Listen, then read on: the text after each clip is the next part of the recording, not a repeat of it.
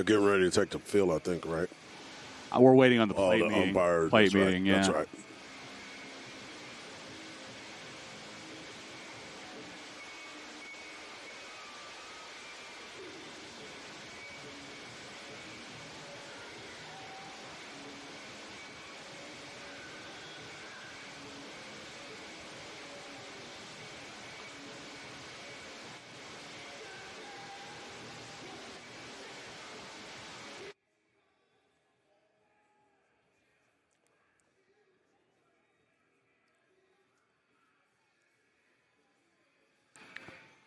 No sign of umpires yet.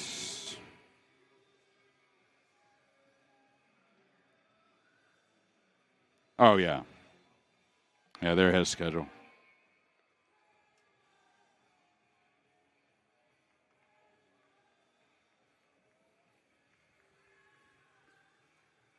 You're fine. You're fine.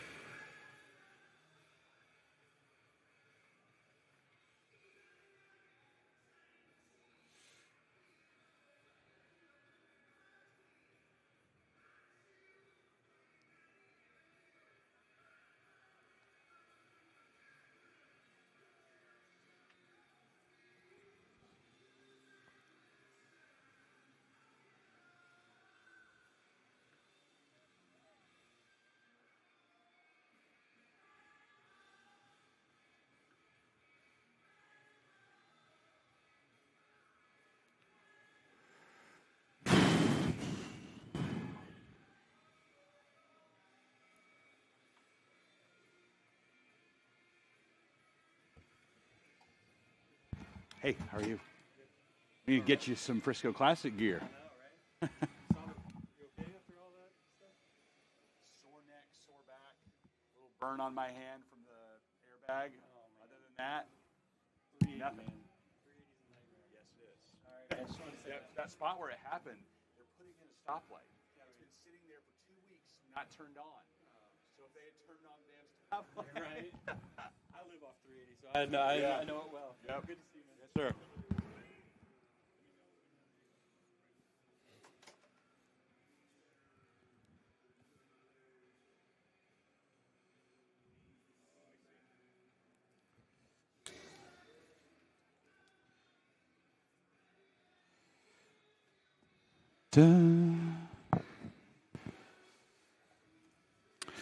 Both teams in white pants again, Hargy. I know. It Not just right. drives me nuts, man. Let's take a quick picture, Chris.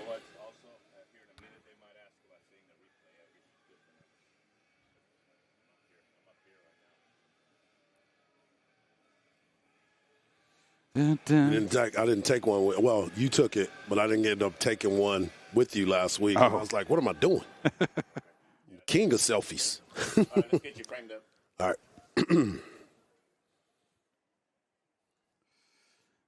Here come the umps, making their way down the line.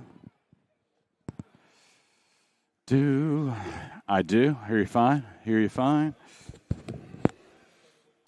I'm good. Okay. I'm good. Yeah, I think we're pretty well centered. You want to step back a little bit, Eggy? I think last time we were a little bit closer to the paper. Anything to get the shadow away, I guess, but there's nothing we can do about it.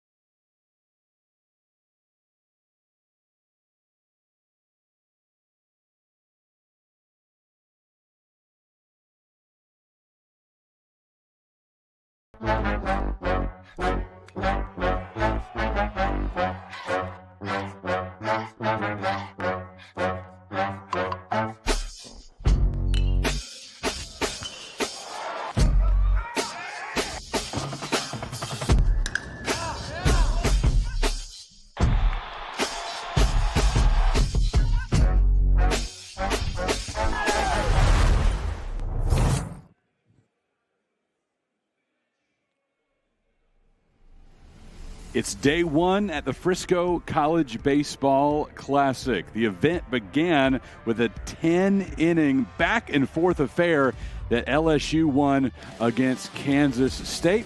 In the nightcap, it's Nebraska and Sam Houston.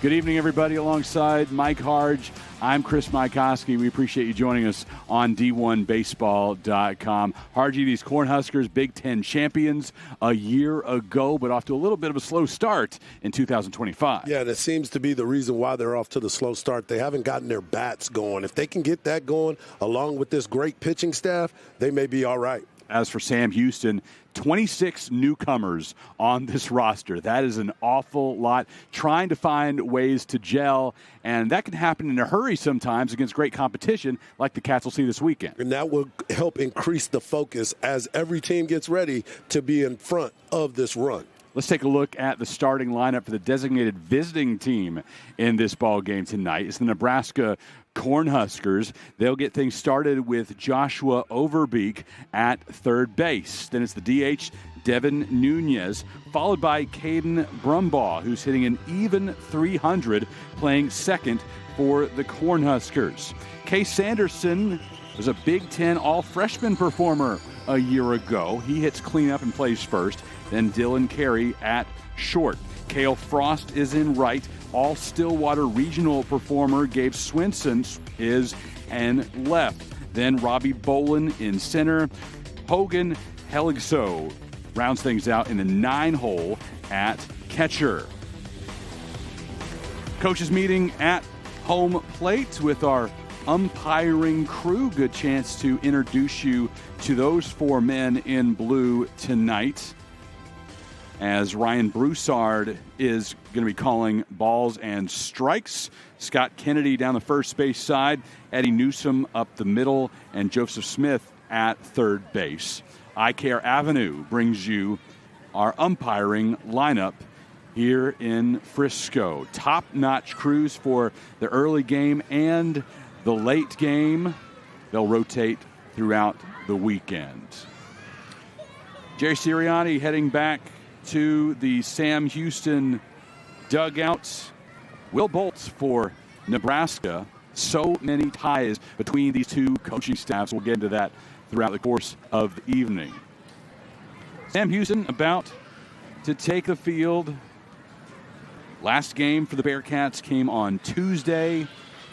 Lost 4-3 at Houston and dropped to 2-6 on the season. Sam Houston, a picture of consistency over the years, Harji, whether it's in the Southland, in the WAC, or in CUSA, wherever they call home, they're up at the top of the league. Yeah, and that's why the disappointing start at the very beginning of the season, you expect a lot more from them. These guys have also been able to get into a lot of conferences, but also tournaments as well, and being able to get into regionals. Ryan Peterson on the bump for Sam Houston, sophomore out of Shiner, Texas. Last Friday against NJIT, he suffered a loss and dropped to 0-2 on the season. Went 5 innings against the Highlanders, gave up 4 runs. 2 of those were earned on 5 hits, struck out 2 and walked 1. Harji, he also hit 4 batters that night and had a throwing error that allowed a run to come home. It was just not his day. I was just going to say, sometimes there's days that he's like that sometimes. And, you know, get a chance to come back out here on the bump and get a chance to regroup. And now I know the focus is going to be top-notch. Now, last year he was a Conference USA all-freshman player, had a 3.86 ERA. There is a reason he is the Friday night starter for Sam Houston. Coach Sirianni and that staff have a lot of faith in him. Sam Houston, the designated home team, wearing the white unis today with the orange script outlined in black and the black caps. Here's the defense that will back Peterson up. Chris Benavidez is playing in left field tonight. Brady Christensen in center. Parker Blackman in right field. Blake Brown at third. Jace Martinez is the shortstop. Ryan Frandon plays second. Hunter Autry at first. Ty Marthel-Johnny behind the plates, the backstop for Peterson.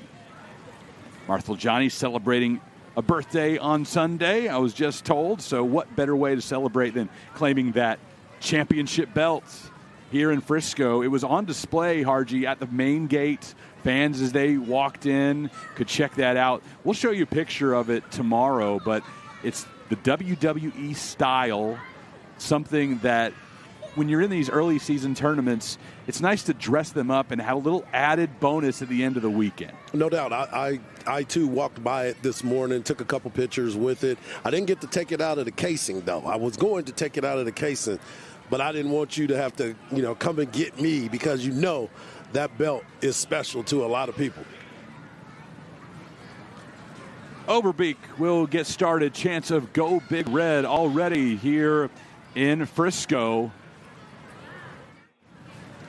We knew LSU fans would pack the place for game one. They sure did. But tonight, Harji, a lot of red in the stands as well. That's why they kept yelling, "Go Big Red." They said they were going to be here, and they showed up.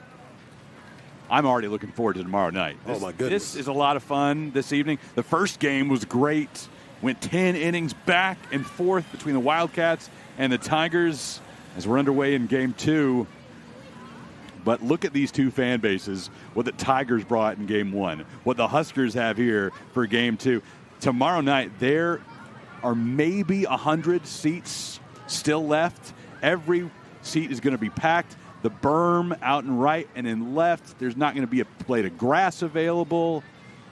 I think we can safely say it's going to be the best crowd in Frisco Classic history. And factor in that great weather. Yeah, that too. That makes them want to come out. That too. I remember calling at least one sellout here. It was Texas A&M and Baylor in the Frisco Classic. Yep. And probably 80% Aggie fans. Oh, yes. The bubbles were flying. More of the same tomorrow with Tigers and Huskers. But we have Huskers and Bearcats here this evening. Game two starts with a ground out for Peterson over Autry. It's a good start for Peterson. We were talking about his control and what he was dealing with. To be able to get out here, get out number one, that's got to feel good to him. It'll be Devin Nunez batting second. 12th meeting between these teams. Sam Houston has a 9-2 advantage all time over Nebraska. Last met in 2022 in Huntsville. That was a 4-game series, and the Bearcats won 3. Second time they've met in the Frisco Classic. Back in 2019, Sam Houston won a slugfest 11-10. Into center, Christensen brings it in. 2 up and 2 down quickly for Nebraska. Good swing, good pass right there. Line drive, you got to feel good. You're not good because you didn't get a hit, but you feel good because you're seeing it well and hit a hard line drive to center field. Here's Brumbaugh. His average right at 300 through 30 at-bats. Couple of doubles and a triple, 3 RBI here in the early portion of the season.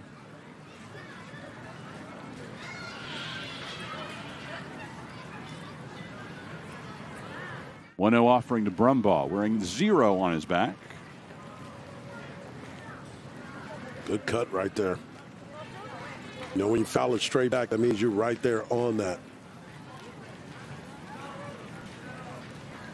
Huskers 3-4 on the season.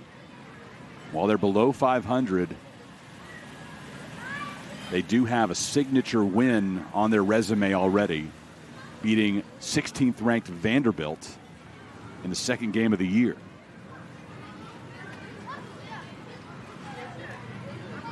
One-two pitch, missing away. That was part of the MLB Desert Invitational in Scottsdale. Nebraska lost the opener to UC Irvine and then won the last 2 over Vandy and San Diego State. In the left, Benavidez parked under it. A 1-2-3 inning for Peterson. In the first, Sam Houston coming to bat will set the Bearcat order in just a moment. This is game 2 of the Frisco College Baseball Classic. Generals gathered in their masses,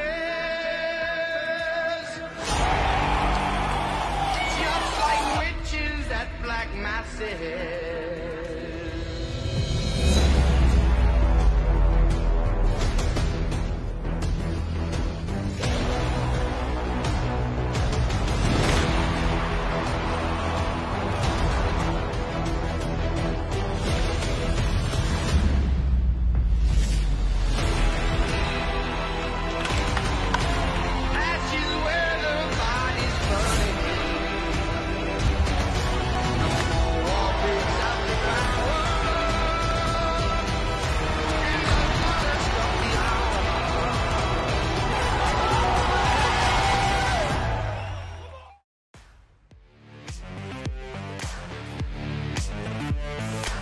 Nebraska and Sam Houston in Game 2 of the Frisco College Baseball Classic. Here's the starting 9 for Sam Houston. Hunter Autry plays first base and lead things off. In Sam Houston's last game, a loss to the Houston Cougars, he hit his 3rd home run of the year. Jace Martinez plays short, then Brady Christensen in center. Ryan Frandon, second baseman, hits in the cleanup spot. Ty Marthel-Johnny is the catcher. Grant Nodelman, the DH, followed by Blake Brown. He had 4 RBI last weekend against NJIT. He plays third. Parker Blackman in right, and Chris Benavidez in left.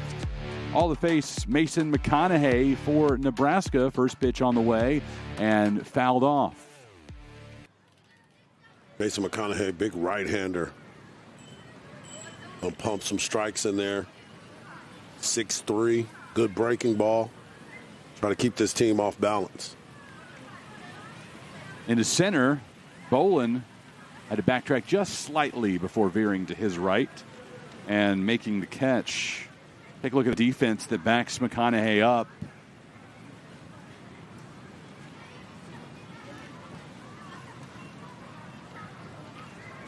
See Robbie Bolin making the grab. Around him, left and right, Gabe Swanson, left fielder, Cale Frost in right.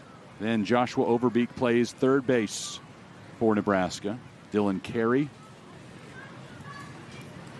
Dylan Carey is the shortstop. Caden Brumbaugh at second. Case Sanderson at first. Hogan Heligso is the catcher for McConaughey. Bounced in on the offering to Martinez.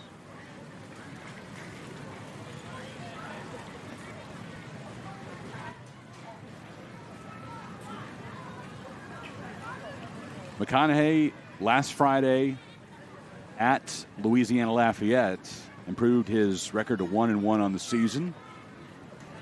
Had 6 innings of work, allowing just a single run.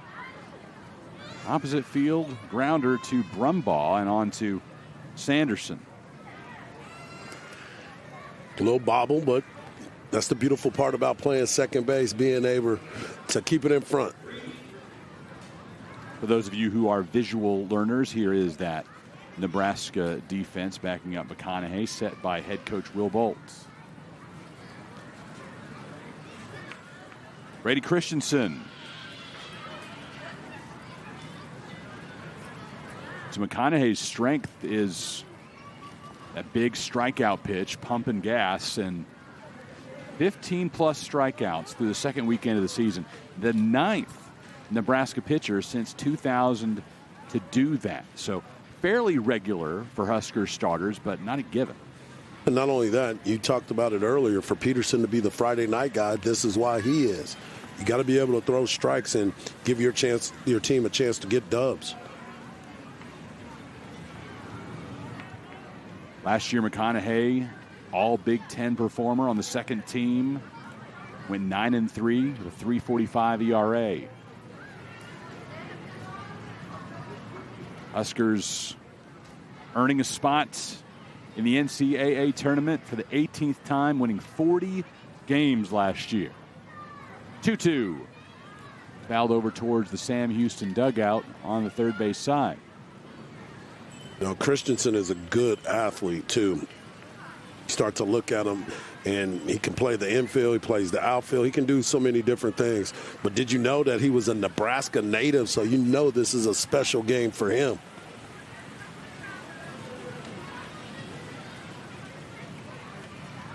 I'm sure he's got family and friends that have been rooting for Big Red for a long time. Just how big college baseball and how important it is in that part of the world with the CWS happening in Omaha. Nebraska year in, year out, fielding great teams. 3-2 pitch, got him swinging. Breaking ball to retire Christensen in a 1-2-3 inning from McConaughey, matching what Peterson did in the top of the frame. We're scoreless heading to the second. You're in a life-threatening situation. This is a dangerous storm.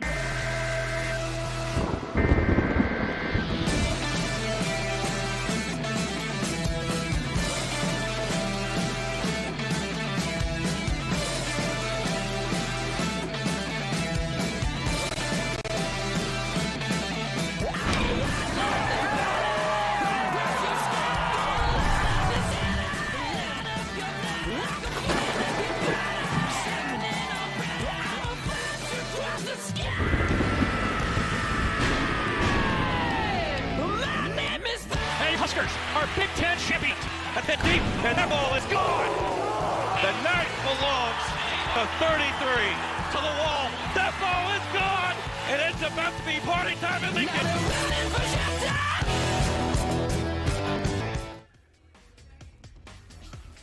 D1Baseball.com is the exclusive home of the Frisco College Baseball Classic and the site for college baseball fans. Covering every game from coast to coast, no fan can be without D1 Baseball.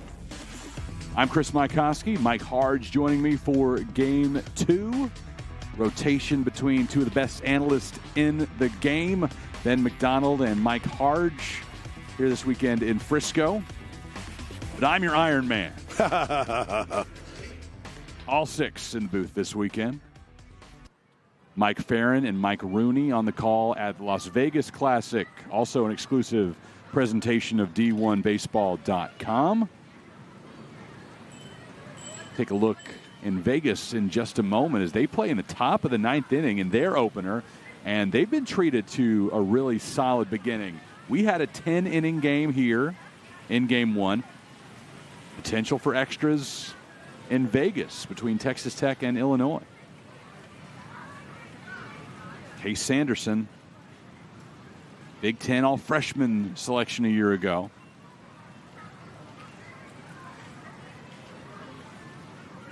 Live look at Las Vegas. Texas Tech 6, Illinois 5.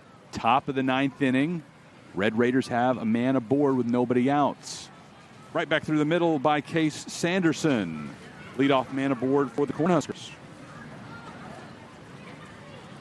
That's where you want to hit it. You want to hit it right back where it came from, and you stayed through it and got a nice pitch to hit and just drove it right back up the middle to get the party started early.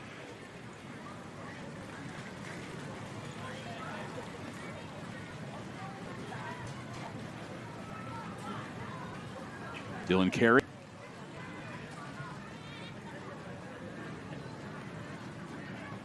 Man on first, nobody out. 10-2 loss for Nebraska in their last game Sunday at the Ragin' Cajuns. He went 1 for 4 with the runs scored. Got off to a really good start this season. Opening day, 3 for 5 with a double and an RBI against UC Irvine. One of his doubles came in the bottom of the ninth inning, plating Nebraska's final run. Unable to do any more damage, and they lost 10-5 to the Anteaters. The Anteaters. That's one of the best names in the game. Got a few good ones in California. Anteaters, banana slugs, dirt bags. I like it. I think his armband is not working for the pitch. Yeah. So they had to make a switch real quick. So there was no timeout, just a switch out. And Martinez gave his up. Peterson on the communication on his wrist as the comms continue to evolve.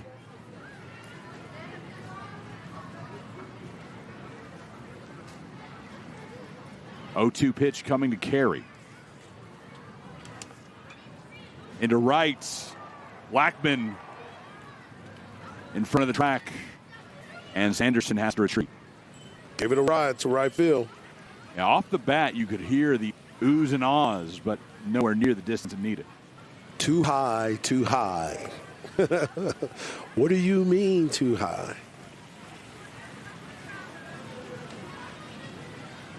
We had the Bob Uecker picture in the booth with us last weekend.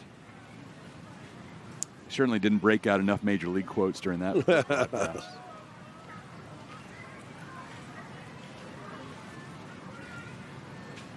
Cale Frost fouls that one off to start.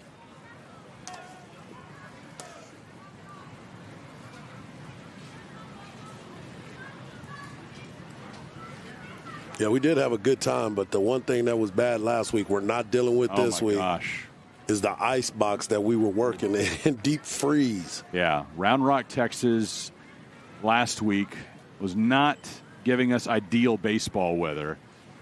We were just above the freezing point pretty much every day. I was in 5 layers Friday and Saturday. You gave me the hand warmers on Saturday. That allowed me to at least grip my pencil. I had a really hard time with that on Friday. Today in short sleeves. Yes, it's beautiful. 0-2, center field. Christensen going back to the track, to the wall, and it carries out. Home run, Big Red. It's getting chilly in Frisco tonight as Frost goes deep. Bang, bang, he hit that thing, gave you a lot of power, the opposite direction. And when they spoke of on an 0-2 pitch, you cannot let that happen. And he stayed on it and drove it to left center field. What a good piece right there.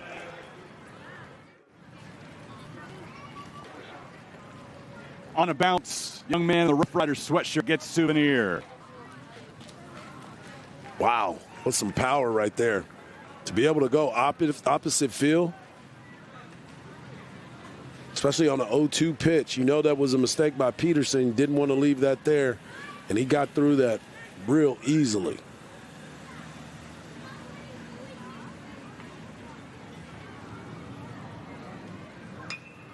Into center by Swanson. Christensen can get to that one. 2 down. Frost with his first home run as a Cornhusker. He had 21 of them last year for South Dakota State. Got some pop in that bat. Yep. Getting them big double digits. That's some nice work for the young man. Robbie Bolin will try to continue the inning.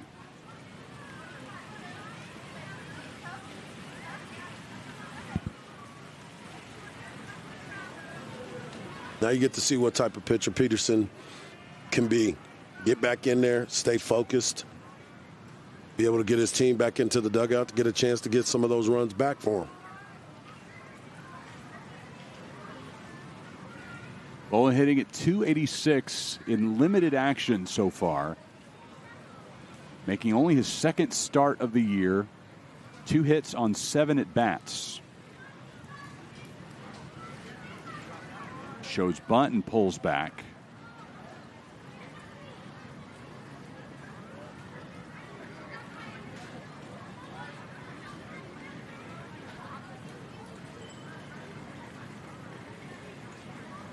Make the infield move a little bit, try to get him on the toes. 2-1. Caught the inside part of the zone. 91 mile an hour fastball, good life on that. Being able to challenge him on the inner half. 2-2 with 2 out. Ooh. Thought he had it. Missing inside. We have the TrackMan technology here in our booth. We'll occasionally refer to that as the robot umpire, which agrees that that was a ball. Half the infield was running across. 3-2 pitch. Missing in.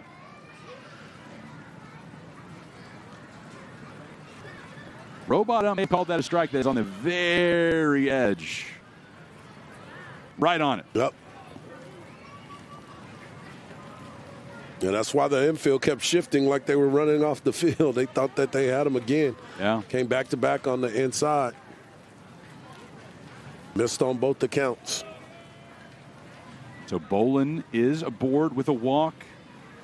And here's Hogan Heligso, Nebraska catcher.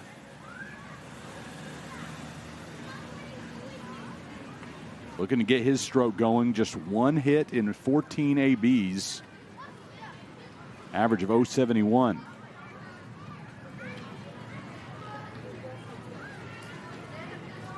Check over to first.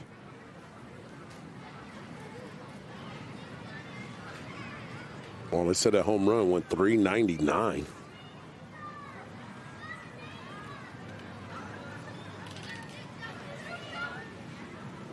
.364 to the gaps, .409 the straightaway center here in Frisco.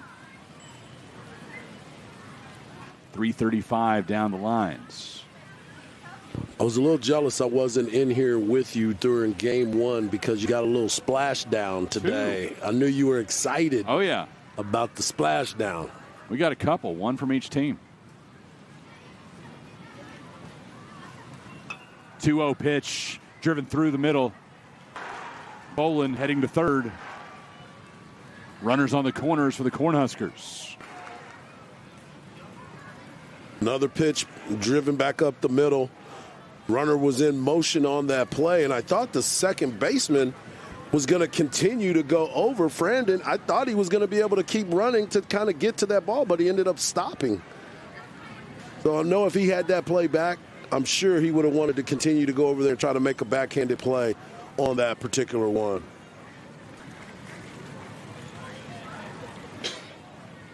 Top of Nebraska batting order, Joshua Overbeek. Grounded out back to the pitcher in the first inning. Now with 2 runners on, 2 out. Cornhuskers have already scored 2 here in this frame. Designated visiting team in this one. Red tops, red caps.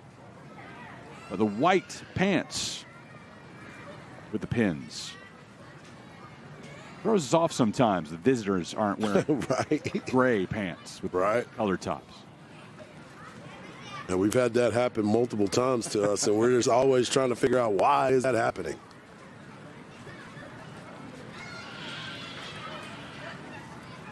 One with 2 gone. Into left center.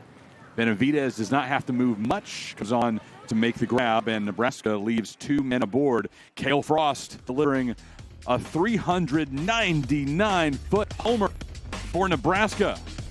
His first as a member of Big Red. And Nebraska leads 2-0 in Frisco.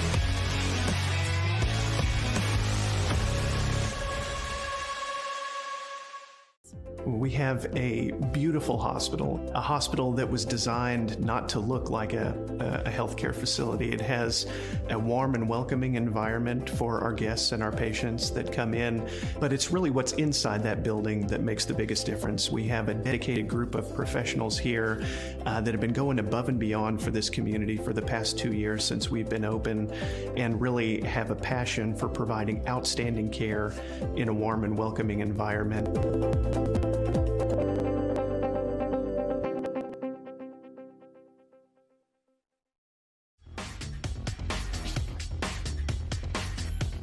Minor league fun and our college baseball games here at the home of the Rough Riders. I didn't quite catch that one. I saw the Chinese food theme.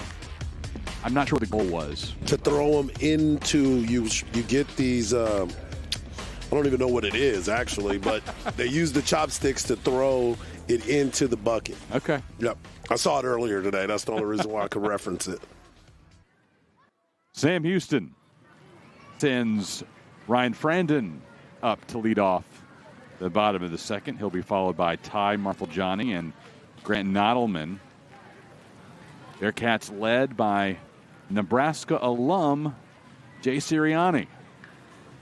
Hard shot down the line and fair for Frandon.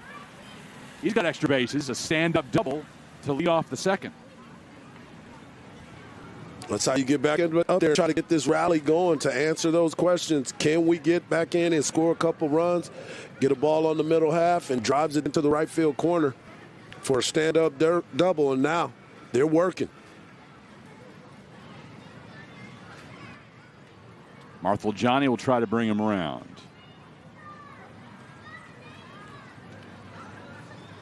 So I mentioned off the top the connections on these coaching staffs. Jay Sirianni, former Cornhusker, against his alma mater. His younger brother Mike is on the Cornhusker staff. And Coach Sirianni, Jay, was teammates with Will Bolt, the Nebraska head coach, for Big Red in 1999, a team that won the Big 12 tournament and went on to a regional. There is a lot of connections there, right? It runs deep. Yep. Sirianni was a left-handed pitcher for the Huskers in the late 90s. Was on Rob Childress's pitching staffs.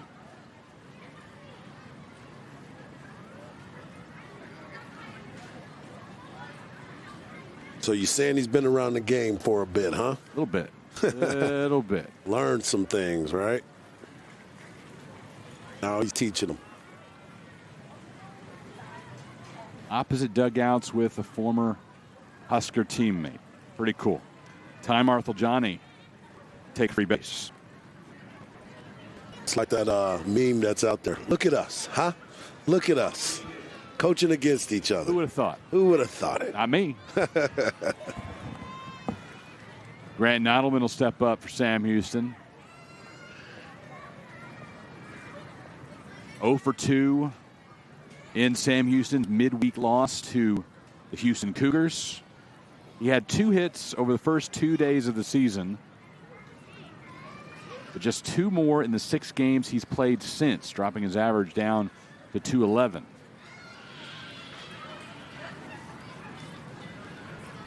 Tuesday night, Bearcats led most of the evening, but the Cougars scored 2 runs with 2 outs in the bottom of the 8th and stole that win, 4-3.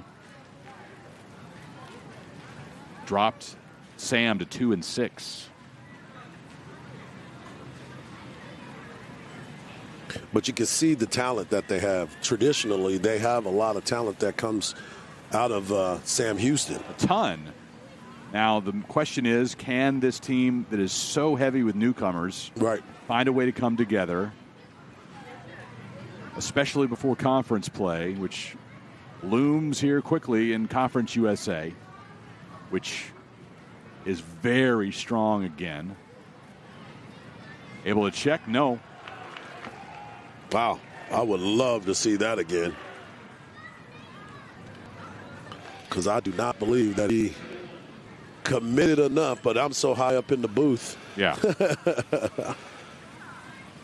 Man, you can see it right here.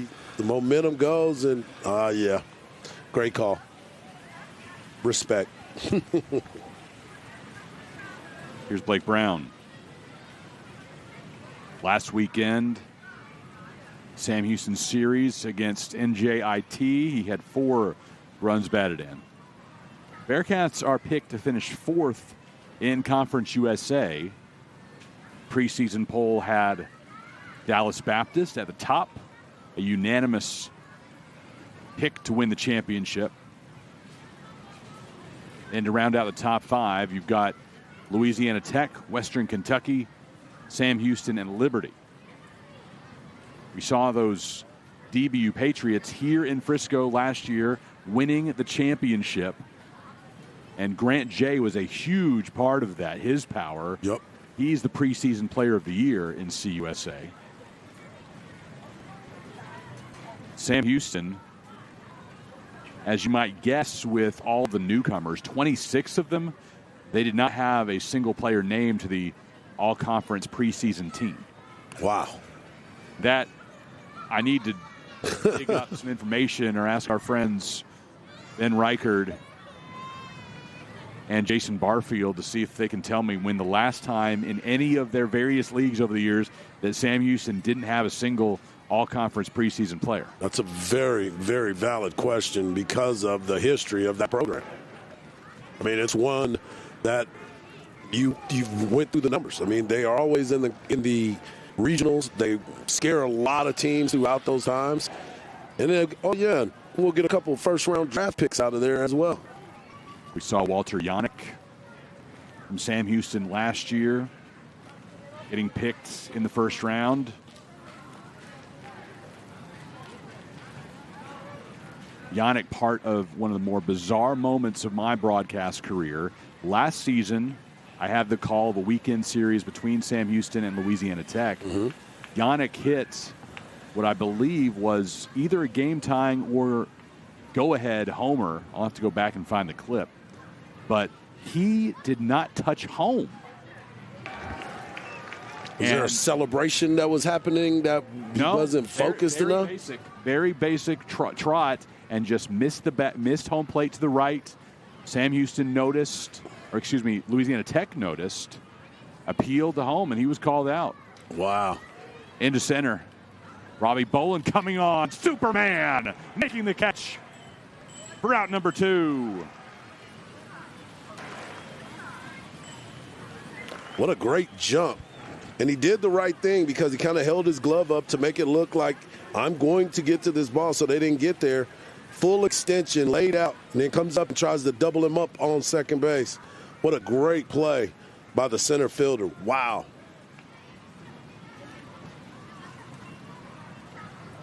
Now Parker Blackman with 2 out and 2 men on for the Bearcats. Bearcats trailing 2-0.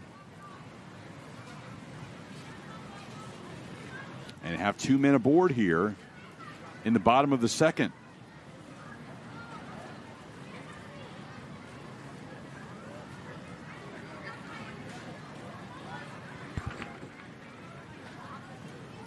Blackman with the big cut right there. Great average, just sitting at 320. But like you said, there's some times up there that he's got to be a little bit under control, get that barrel there. But he's got some serious numbers that he's putting up early in this season.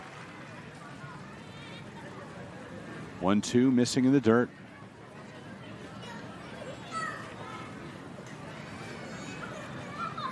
Sam Houston in the NCAA regional round as recently as 2023. Won 39 games that year.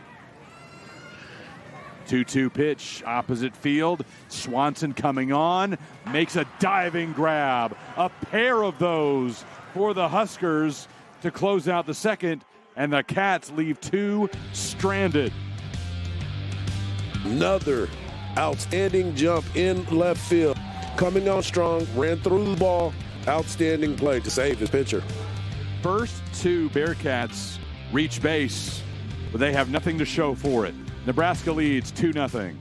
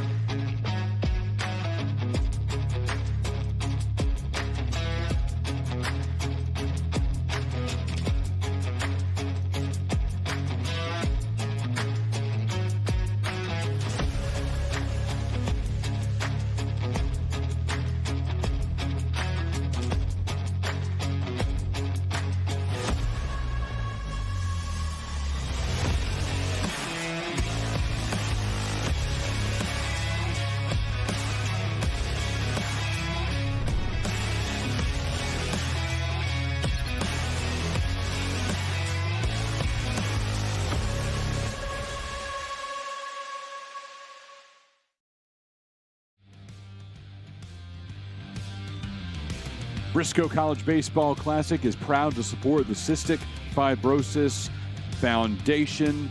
Scan that QR code on your screen and help us add tomorrow's those living with the disease.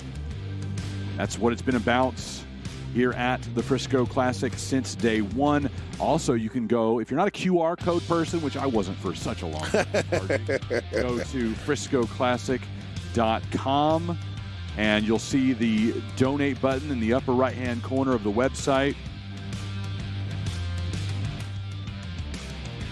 You also see the auction there on the site, and we need to check in and see where that stands right now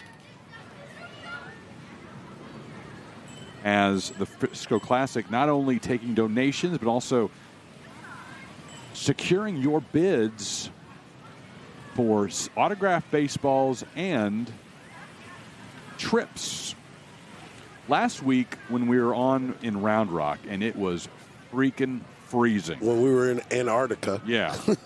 We were really excited about these trips. It's a 2-week silent auction. Liner caught by Martinez, 1 up, 1 down for Nebraska. But it left us fantasizing about these warm climates. Today, beautiful day, perfect. But still, these trips they're always going to be something where you'd rather be there. Right, for sure. So, how about the Pineapple Beach Club in Antigua, Harji? Okay. The bid right now is only $250. This is for a 10-night excursion.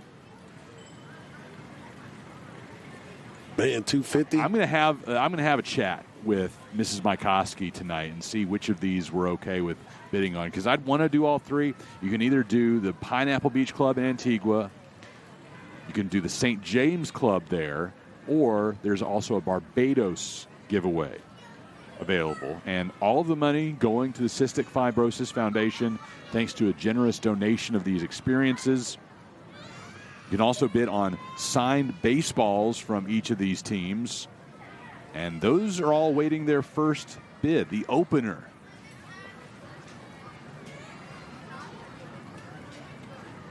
How much would you pay if you're a Nebraska fan to have a ball signed by every Cornhusker? Same question for Sam Houston fans, and a ball with the Bearcat signatures. That would be a cool thing to pocket, maybe put in your kid's stocking this Christmas. Yep. Get you to Brumbaugh, and Nebraska has a man aboard 1 out. So a minimum bid on the signed baseballs is $50. Okay. First bid coming in for LSU, $70 for the Tiger baseball now. I haven't seen those baseballs yet, and I want to make sure that I go and check them out. Yep. But the interesting part about it is, if you start looking in these dugouts, how do they even have enough room on the ball with all these players that they're bringing with them nowadays? That's a good question. Because I'm just looking at Big Red, and I'm sure some are up against the wall in the dugout. But look at all those players on the front side of that dugout right there.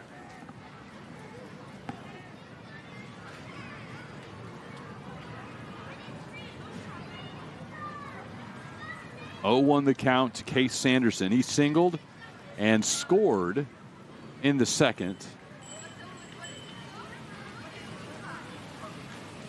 We'll check in on those silent auction items. And again, you can simply donate as well on FriscoClassic.com. $650,000 has been raised by Peak Events for the Cystic Fibrosis Foundation, thanks to fans like you, CFF, the beneficiary, since the beginning of the Frisco Classic. Proud to be a part of it. 1-1, fouled away. Next year, Harji, will be celebrating 10 years of the Frisco Classic. That's amazing. Time has flown. I was in meetings here at the stadium a year before the first one. Right. And we've had incredible teams come in. More often than not, great weather. I would concur with that. Only fitting that it keeps getting bigger and better. Again, tomorrow night, fully expect to set attendance records here with LSU and Nebraska. You know, being a part of this and learning so much more about the purpose, right? What they do, why they do it, and then getting an opportunity to see how they do it. Like, what is the process and the way that they work, how hard they work. Stabbed by Frandon, only plays to first, and he overthrows Autry. Runners on the corners for the Huskers as Brumbaugh is able to move over to third thanks to the errant throw. Runners on the corners for the Huskers.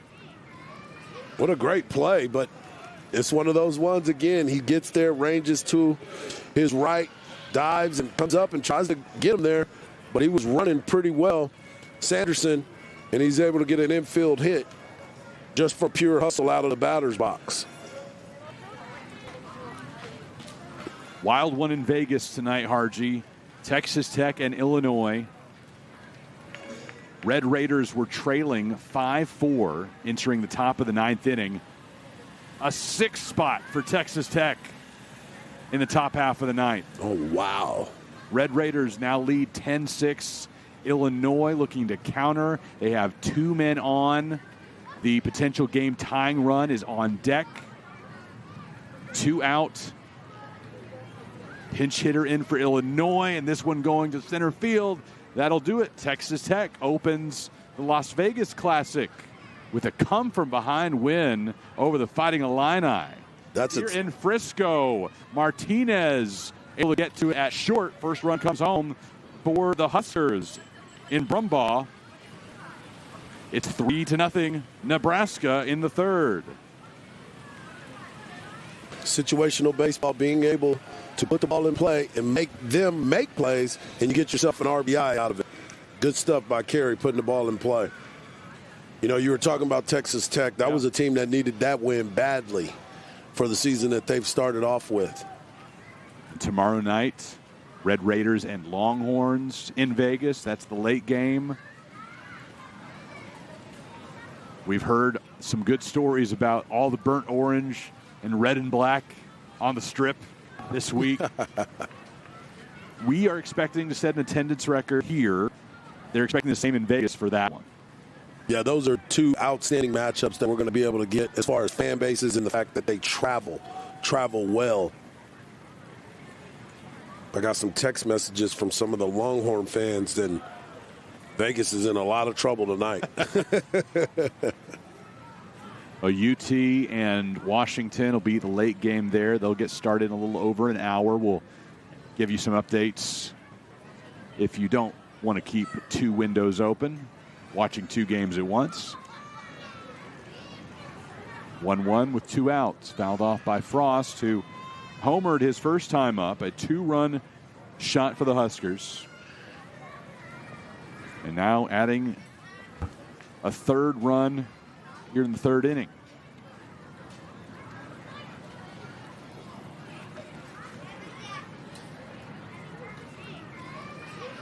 Love all the connections here between all the different peak events tournaments.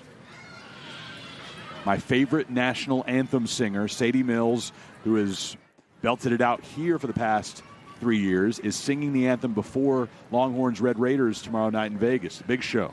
That's awesome. They're going to have a great audience to be able to see that. Maybe even get some talent scouts that are out there. In Vegas. Yep. Frisco's a great place, but they're not going to get you on a show on the Strip. 2-2.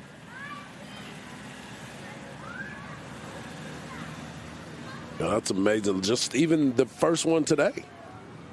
That was outstanding. And then we just had the saxophone playing. And It was all great stuff.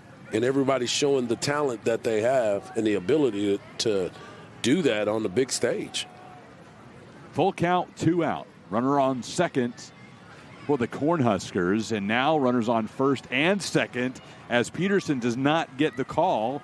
Second walk he's issued in this half inning. What does the robot ump say, Harji? Says it's a ball.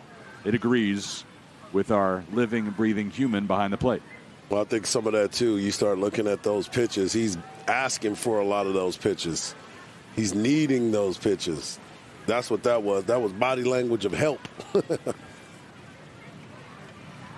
Jay Sirianni out to visit with his pitcher.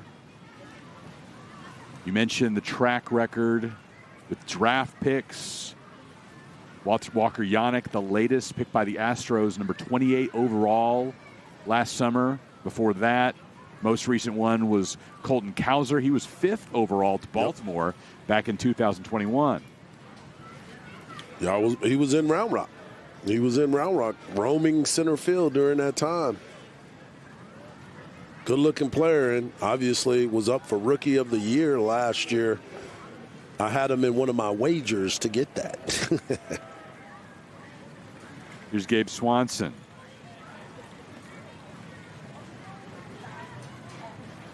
Nebraska left fielder, flied out to center. His first time up, first pitch in the dirt, blocked by Marthel-Johnny.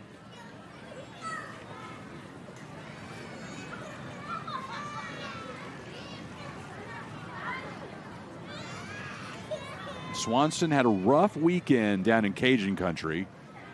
1 for 11 with 4 strikeouts.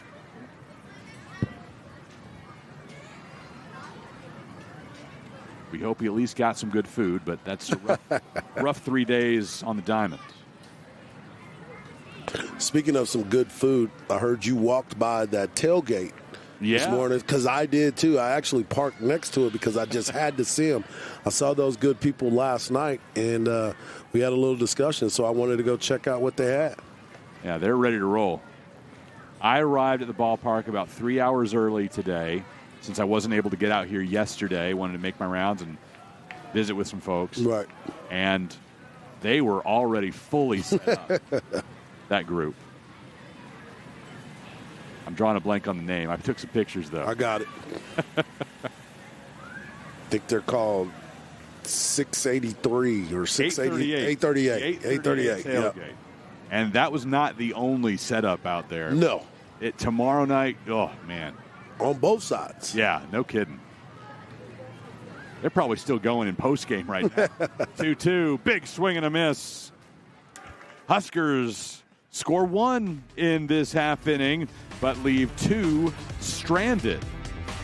Nebraska out to a 3-0 lead.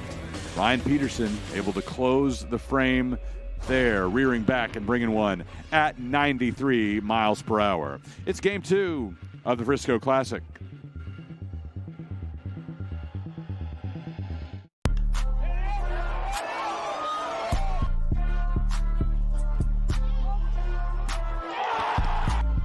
Ran up by the Lux and that's up the highest metric. The city just made it sweet, you could diabetic. They mouths were full of deceit. Let these cowards tell it. Walk in New Orleans with the etiquette of LA yelling.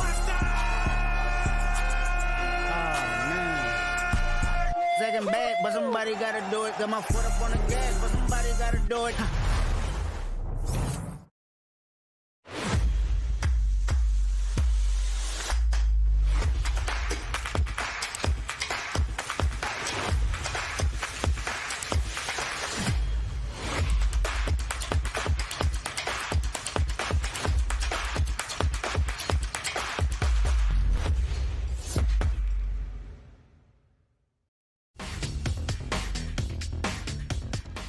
How many can you do, Harji? Oh, I'm knocking out 50.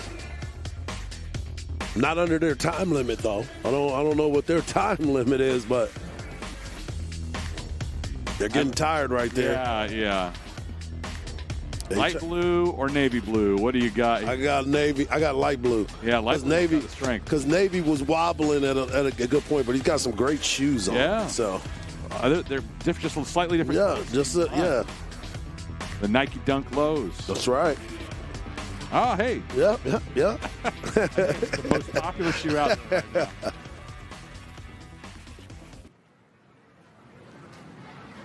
I would have never picked it out myself, but I'm now slightly getting into the shoe game thanks to a gift from my friend Albert, the equipment manager at SMU. Handed them off to me at the end of the volleyball season. Trying to hip you to the game, man. Yeah. Benavidez leading things off for Sam Houston. Grounds to Carey. Quick 1 up and 1 down for the Bearcats in the bottom half of the third. What a great play on the run coming through. Never stopped, slowed down, strong throw, out number one. And these are the types of moments, too, as a hitter, you want to be a little bit more patient because your pitcher was just out on the mound for quite some time, long inning, and then you come in, you swing at the first pitch, and it's not a knock. And then the coach is probably going to give the next guy a take. Yup. Back to the top of the Bearcat batting order. Hunter Autry. He flied out to center in the first.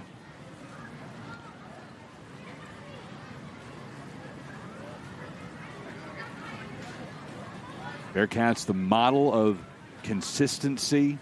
13 consecutive seasons with a winning record. Haven't had a losing season since 2010. Of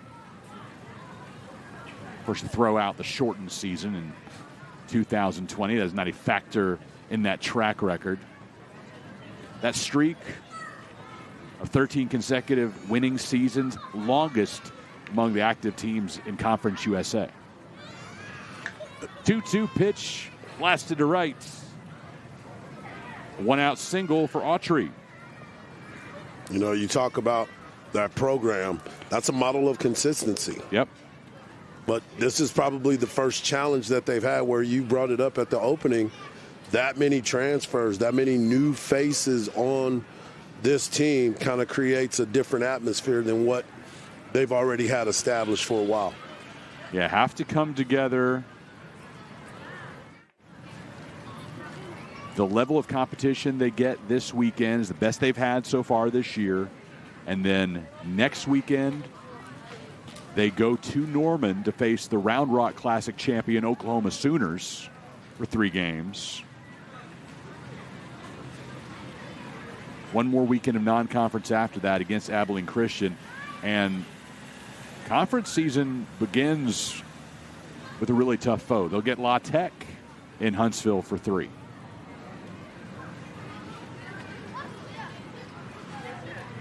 And those Cajuns get fired up, too. They play a lot of good baseball over there. I had those guys last year at the Battle at the Ballpark in Sugar Land, and they were the winners of that one. I know you're calling them Cajuns because they're from over in Louisiana. Yeah. They hate those folks down in Lafayette, so you might not want to say that. Oh, they don't want to go through that? No. They don't want to be called the Cajuns? No, they're not big fans of those folks in Lafayette. So. Well, I was a big fan of theirs. I was a big fan of theirs. Yeah. Last year champions of the Battle of the Ballpark.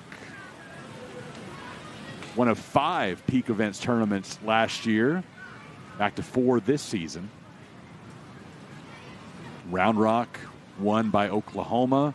Jacksonville by Alabama last weekend.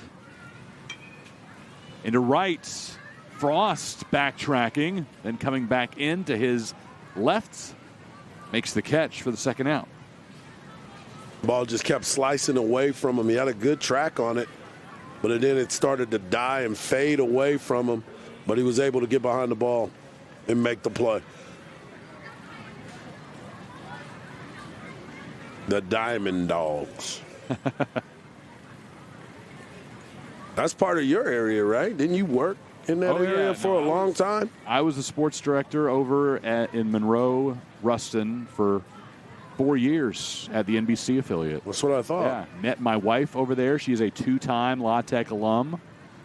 But worked a lot with these Bearcats as well, as I spent 8 years on staff at the Southland Conference. Spent a lot of time down at Constellation Field, home of that Battle of the Ballpark, when the Southland hosted its postseason tournament there. Home of the Sugarland Skeeters. Then the Skeeters, now the Space Cowboys. Space Cowboys. I saw some Space Cowboy uniforms walking around the concourse today. Okay. They were representing. In enemy territory at a Rangers affiliate. Brady Christensen swings and misses. Third strikeout for Mason McConaughey. And the Bearcats leave Hunter Autry stranded after a 1-out single. Nebraska maintains its 3-0 lead. 3 innings complete at the Frisco Classic.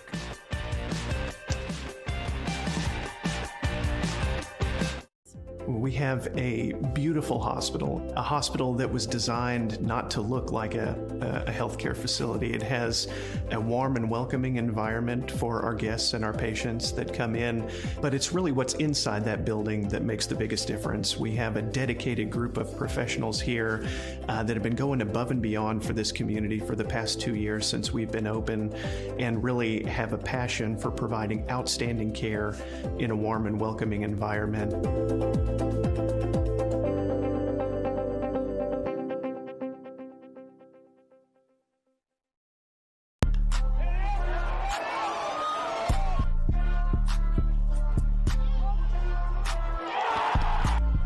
Ran up by the Lux Unessa up the highest metric. The city just made it sweet, you could diabetic. They mouths were full of deceit. Let these cowards tell it. Walk in New Orleans with the etiquette, the LA yelling. Second bad, but somebody gotta do it. Got my foot up on the gas, but somebody gotta do it.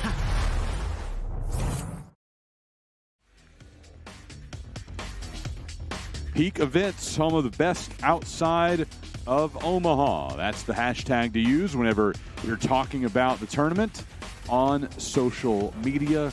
Also visit peak.events. Bookmark that and keep up with the tournaments all year long. Last weekend, we set the field for next year's Round Rock Classic on the final day of competition. And coming up on day 3 here in Frisco, we'll have Nathan Wooldridge with us, the VP of Peak Events. We'll see if we can pry out some information about the 2026 Frisco Classic.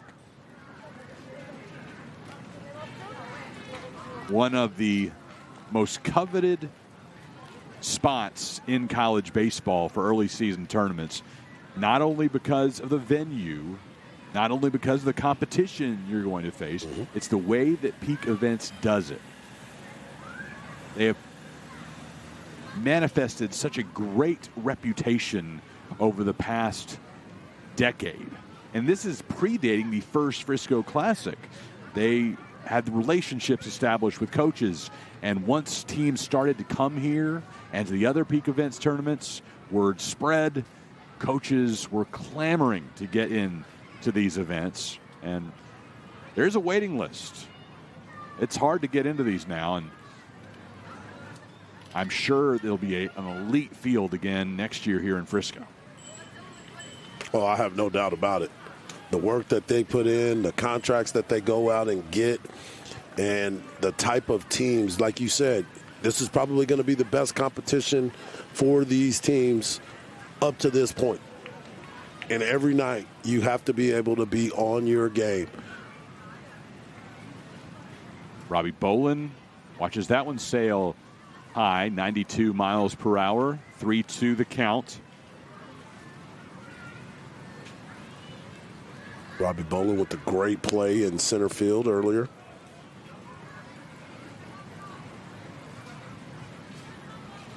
Batting at .286 on the season.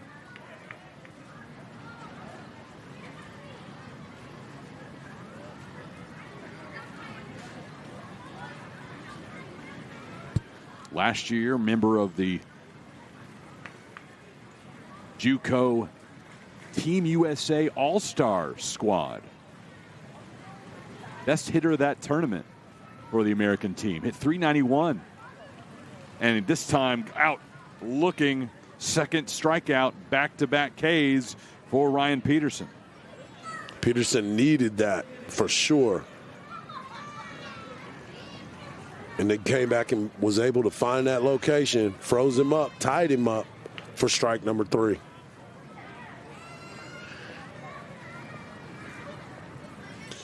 So, Chris, I'm on to the auction page now.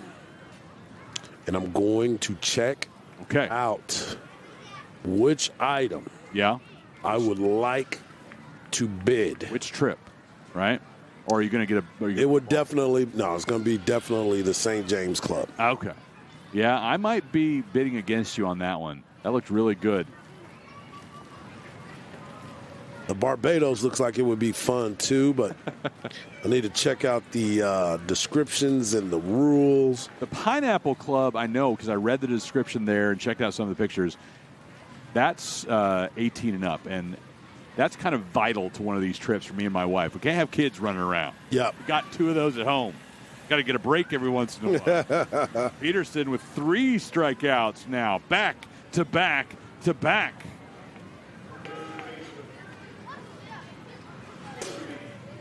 Trying to get into that rocking chair and just rearing back. Good breaking ball right there over the top.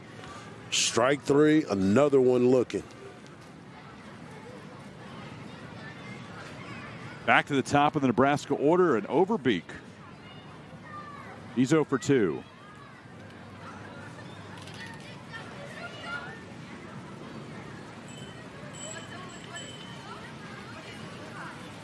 Okay, so that was the question that I had last week. Okay.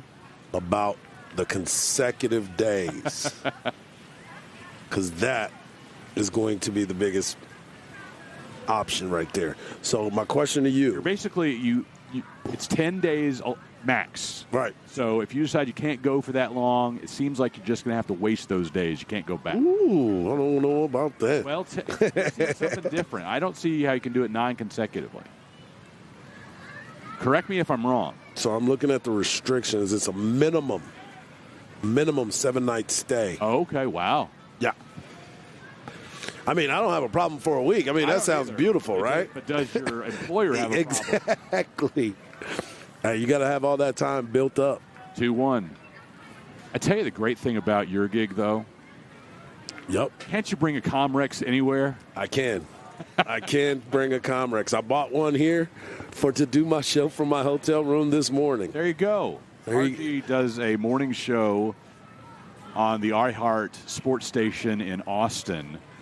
And, yeah, you can work anywhere you want as long as there's an internet connection. Absolutely.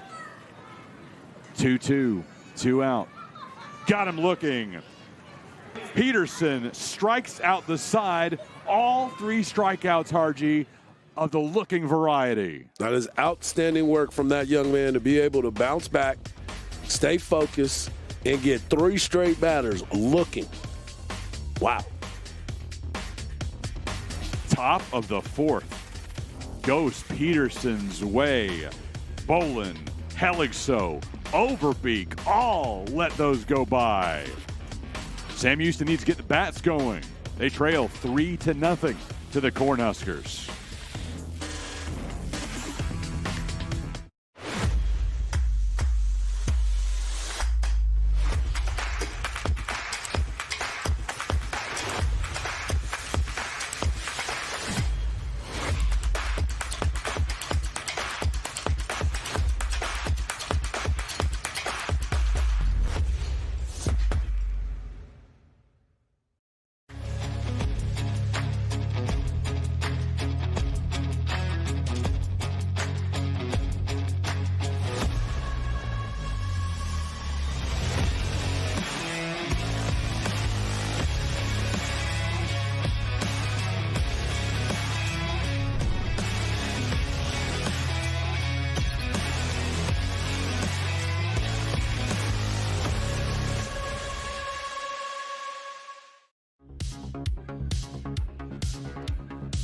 We've been talking about it all night long, how the Frisco Classic is a proud supporter of the Cystic Fibrosis Foundation. You can scan that QR code on your screen and make a donation to help us add tomorrow's to those living with the disease. If you prefer to just type in a web address, go to friscoclassic.com.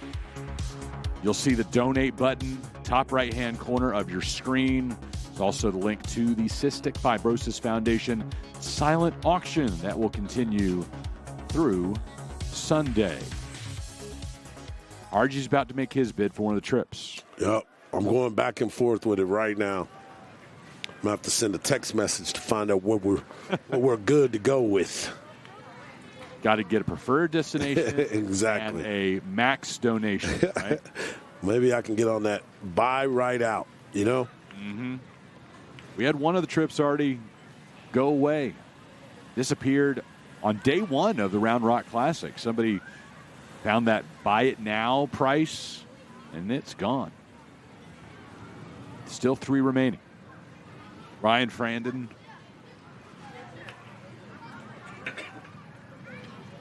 Doubled in the second.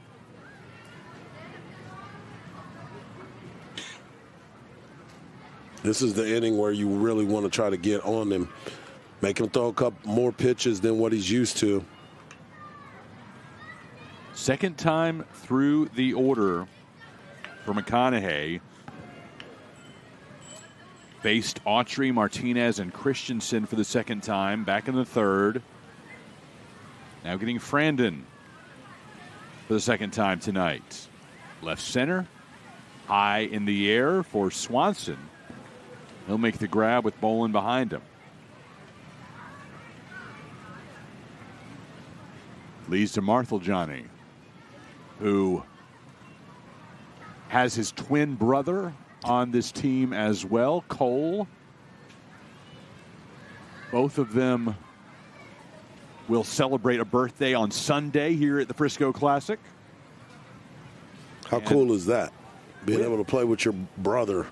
And getting to celebrate close to home. They're from Salina, which is about half an hour north of here. Right. So plenty of family and friends are in the house, and if they wore their Salina bright orange, it matches pretty well with Sam Houston colors. A lot of times on these types of weekends, you would have the whole baseball team come out and support, but they're probably playing in a tournament somewhere because it's early in the season. Got him looking. Big K for McConaughey here in the fourth. Reached back and brought that one at 94, Harji. Sometimes you got to just rear back and let him know, and he was quick to the plate, straight downhill, and got a big strikeout right there.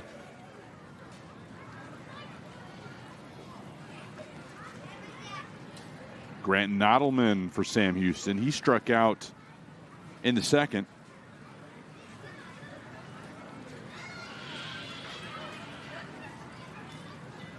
One-0. Got great life on that fastball, 94-mile-an-hour fastball. If you could tell he's confident in it just by his demeanor on the mound.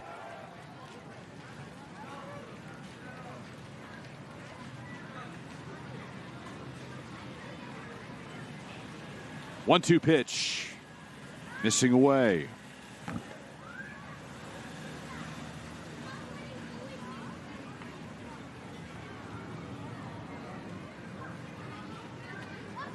Here's the 2-2 to Nodelman.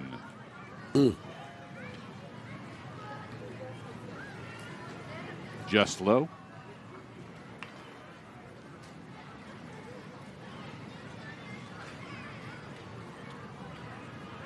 Didn't go around, and a 2-out walk to Nodelman to allow Blake Brown to come up. Last time Brown stepped up, he was absolutely robbed by Robbie Bolin in center. Yeah, hit the ball well to center field, but another great play by Bolin by being able to get a great jump and anticipating off the bat.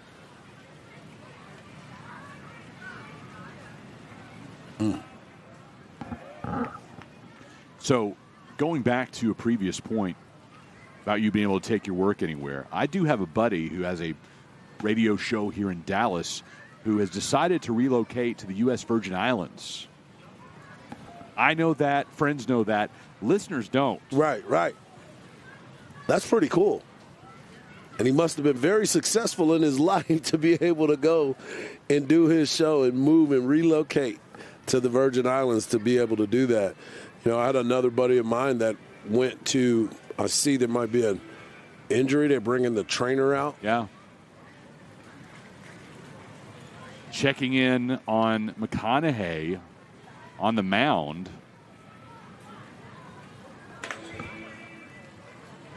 They're sending somebody down to go get loose. It doesn't look like it's a good situation, maybe. don't want to assume anything, but when they're all covering their mouth for the conversation, and even the trainer is covering his mouth for the conversation, something isn't right.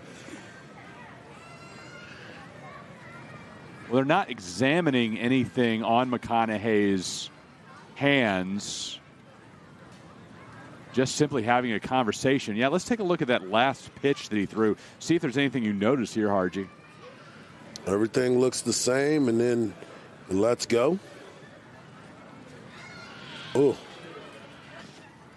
Did it look like maybe a hip or a groin? Yeah.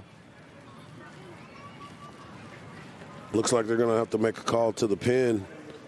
And this is a unique situation because with an injury, you get unlimited amount of time to get warmed up.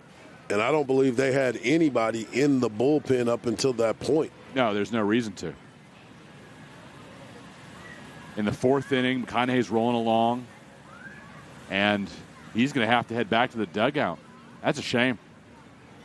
As you said, he was rolling along, looking good, got 2 quick outs. Yeah, 3 2/3, 2 hits, struck out 4, and threw 65 pitches, but that was his final one. He didn't walk off with a limp or anything, but don't want to make any assumptions, but hopefully that young man will make a quick recovery from whatever that situation was. Given the time of the year, third weekend of the season, a lot to go, you absolutely take no chances with a pitcher's health. You're a Friday night guy. Yeah, and that's the thing that I continue to wonder what's going through the coaching staff's mind right now. Number one, obviously get his health back. But number two, which guy are we going to end up having to put into that Friday night slot, and who will be able to step in on the other part of that rotation?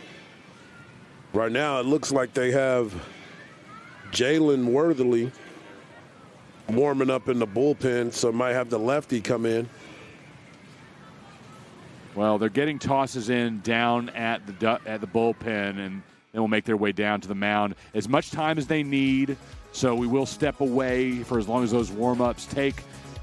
Rejoin you here for Frisco Classic College Baseball. Nebraska leading 3-0 over Sam Houston. Bottom of the fourth inning. Mason McConaughey having to leave due to injury.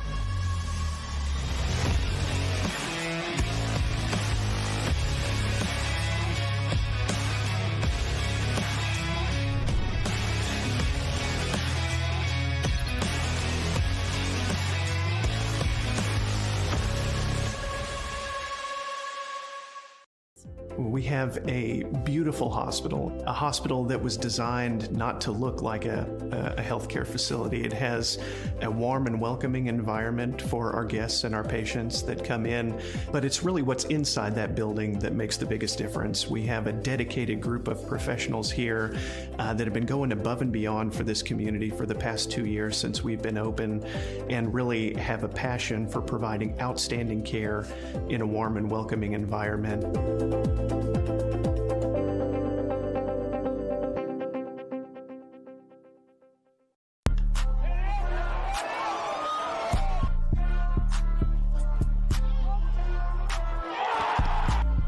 Ran up out of Lux, Nessa up the highest metric. The city just made it sweet, you could diabetic. They mouths were full of deceit. Let these cowards tell it. Walk in New Orleans with the etiquette of LA yelling. Second bad, but somebody gotta do it. Got my foot up on the gas, but somebody gotta do it.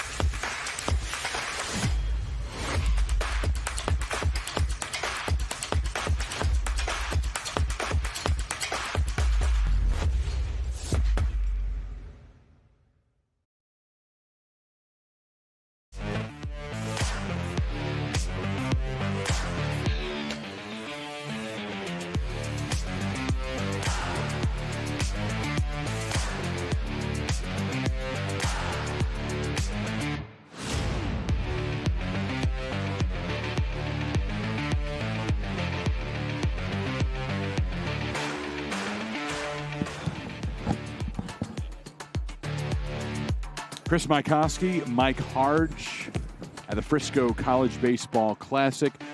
Jalen Worthley will be the new pitcher for Nebraska. He has all the time he wants after an injury to Mason McConaughey forced him to be removed.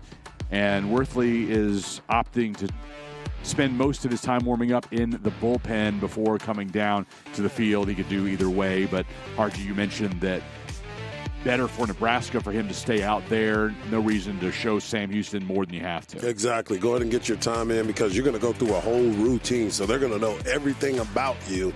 What do you have going well? What do you not have going? What's his fastball looking like? Getting it timed up. Now you get a chance to rest a little bit. Now get in the bullpen and get everything done. Bottom of the fourth inning, Nebraska leading Sam Houston 3-0. Again, Worthley has all the time that he desires. We'll step away again here on D1Baseball.com. Come back when he is ready to go. Huskers and Bearcats in Game 2 of the Frisco Classic.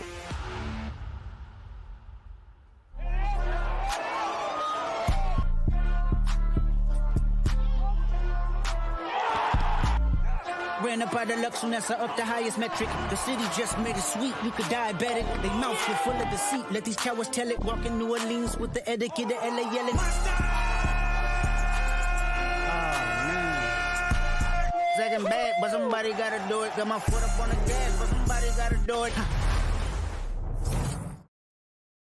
We have a beautiful hospital, a hospital that was designed not to look like a healthcare facility. It has a warm and welcoming environment for our guests and our patients that come in, but it's really what's inside that building that makes the biggest difference. We have a dedicated group of professionals here that have been going above and beyond for this community for the past 2 years since we've been open, and really have a passion for providing outstanding care in a warm and welcoming environment.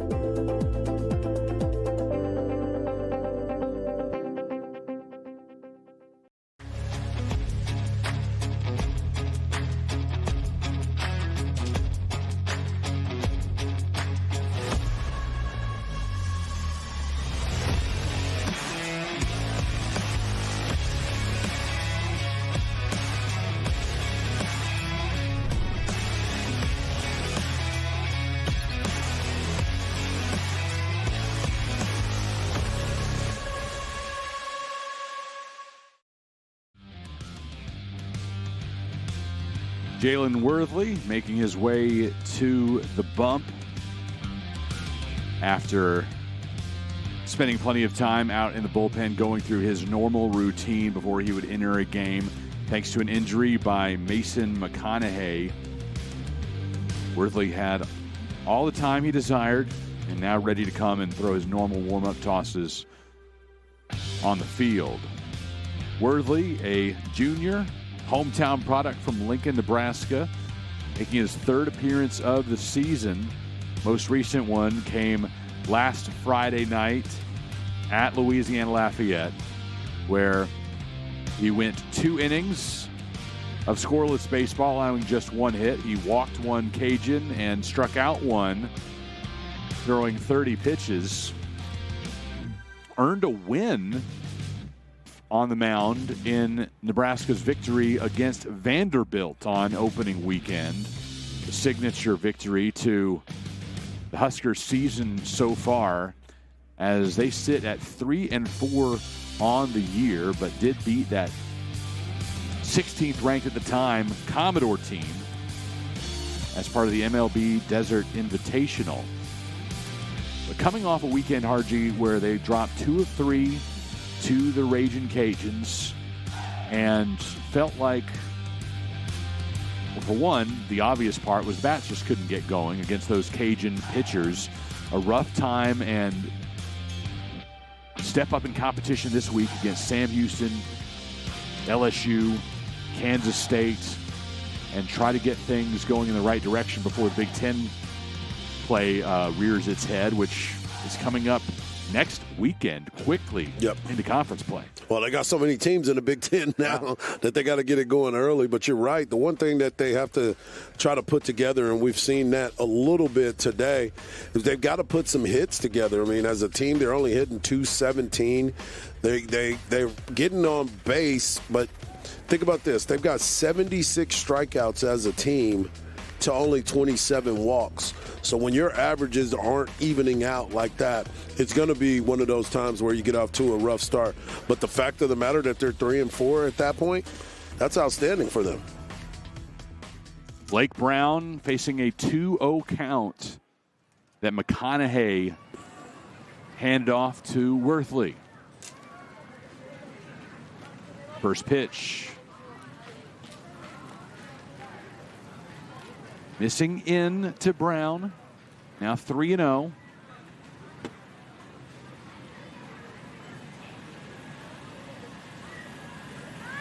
Four-pitch walk. First 2 balls from one pitcher. Second 2 from another. Good patience right there by Brown.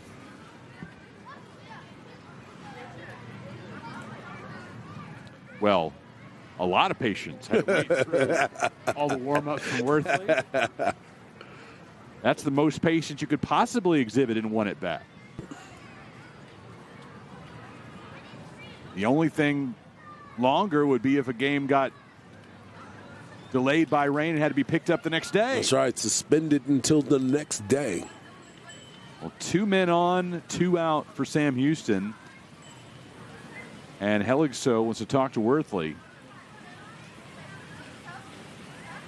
We're at the home of the Frisco Rough Riders, the Double-A affiliate of the Texas Rangers. Opening day not too far away. April 4th against Corpus Christi. The Hooks will visit for the first Fireworks Friday of the season. Love the beginning of baseball season, the pageantry with it all, opening day, the popcorn, and everything that goes with it. 2-0 pitch. Yeah, here in Texas, we've been enjoying a couple of weeks of high school baseball already, along with the college game. Pros right around the corner. Are you getting to make a trip to spring training this year? I canceled my trip because I had to set up another one for some other work. But, yeah, I was supposed to be going next week, actually, with the AAA affiliate of the Texas Rangers, the Round Rock Express. And I ended up telling them I couldn't make it. I was going to go with your buddy, Bob Ballou. You would have had a good time. Sorry it didn't work out. Yep. I was hoping to see Bob at the Round Rock Classic.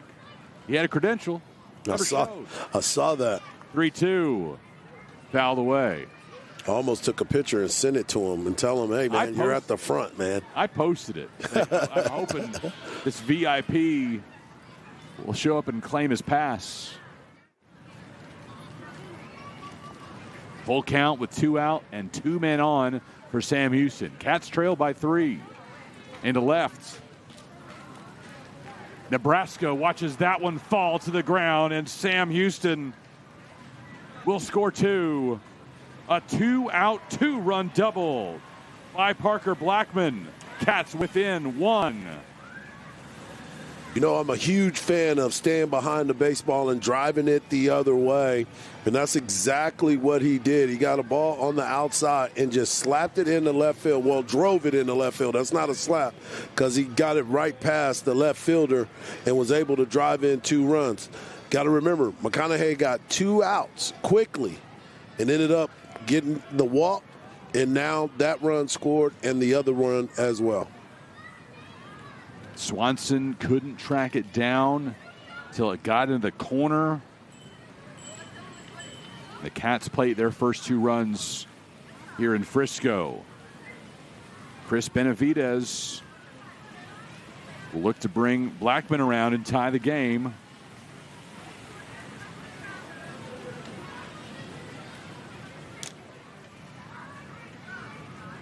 Benavidez did not play in Sam Houston's midweek loss to Houston. Last weekend against NJIT went 2 for 11. 0-2 pitch. Just missing. Good take right there and a better breaking ball. That's normally where you get guys to chase on that one. Good movement right there by Worthley. Here's the 1-2. Big swing and a miss on the heat from Worthley, coming in at 93. Parker Blackman with a 2-run double. And Sam Houston pulls within 1. There's that last pitch from Worthley. 93 mile per hour heater on the inside part of the zone that Benavidez can't catch up with. Huskers 3, Cats 2 through 4 in Frisco.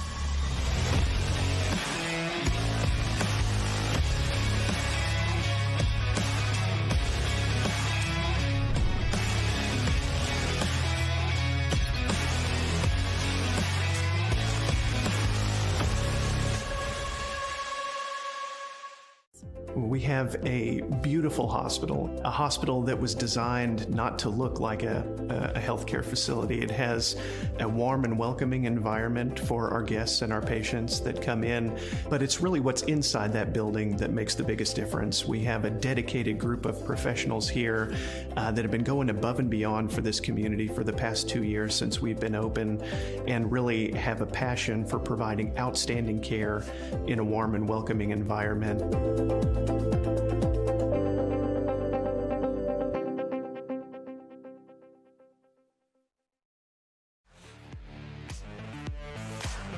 Texas Health Hospital Frisco is proud to provide the very best in healthcare with the quality of service that goes above and beyond your expectations.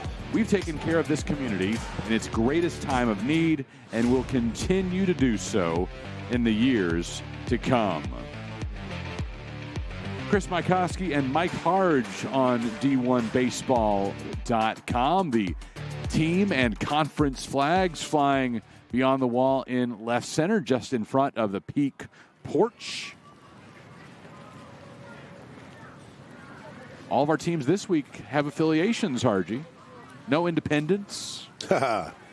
Last week in Round Rock, one of the teams was Oregon State, who is playing an independent schedule this year. Peak, instead of flying a Pac-12 flag, which they're technically still members of, and that conference will be fully rebuilt soon. flew a GDI flag for the Beavers.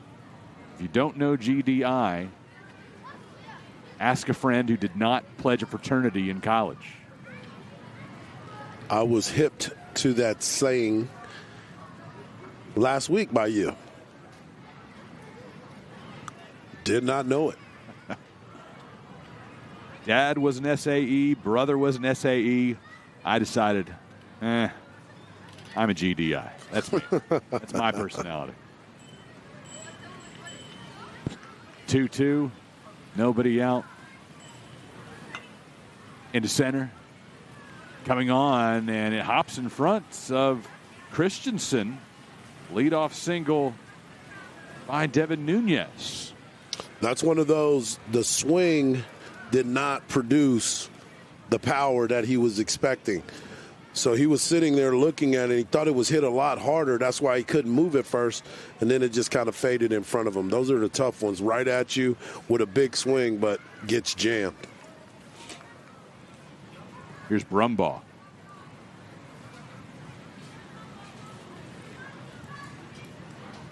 Came in to the night with an even 300 batting average on the season, but 0 for 1 now, so that drops slightly.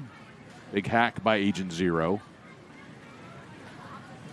His biggest output of the year came on opening weekend against San Diego State.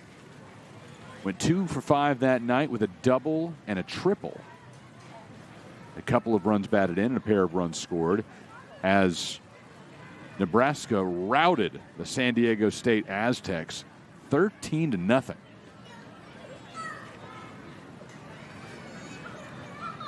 That's getting your slugging percentage up quickly. Double and a triple. 0-2. Third year at Nebraska for Brumbaugh. He started his collegiate career at Oklahoma State. Hit .318. Limited playing time as a Cowboy.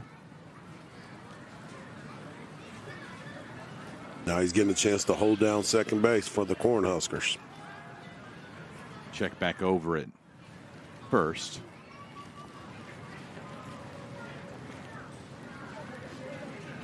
So beautiful out here tonight. Yeah, perfect conditions here in Frisco. Been watching that forecast all week and anticipating this evening, 67 degrees. That's at you. Yeah, right below us. That whacked right next to our field microphone, I think. Getting you the sounds of the game from outside the booth. It was almost inside the booth. Yeah. You almost had to inside the booth. I almost had to get a new laptop. I could see where it was coming. I think I would have instinctively got the hand in front of the MacBook first. 1-2 to Brumbaugh. The runner on first. He watches it go by. Strikes out looking. 4 of the last 5 batters have been retired that way by Peterson. Peterson seems to be finding the location of where he wants to be. And I guess these guys are thinking one thing and they're getting something else. There's been 3 fastballs, right, and 1 curveball. Wow. Now to Sanderson. Hit and run. Sanderson fouls that one away. Fight for the ball. Young man has a souvenir. Saw one of those kids wearing the LSU long sleeve shirt that's on sale here at the ballpark, the official gear of the Frisco Classic. A lot of sizes have already sold out for the Tigers and the Cornhuskers. Printing press is going to be working overnight. It's a local T-shirt company, so that's the word I've got. Like, they're not very far away. Got plenty of shirts in all 4 team colors in stock. They sell out one day, they'll have more the next day. Well, that's the beautiful thing about being in a tournament like this and having the relationships that you have. Runner going, and Nunez gunned down by Marthaljani. Birthday weekend for the Bearcat catcher, and he has a runner caught stealing. Great pick by Martinez at shortstop as well. Ball came up just a little bit, but he was able to pick it and place the tag down easily right there. What a great play. Boom. Slid right into it. 1-2 pitch to Sanderson after the caught stealing.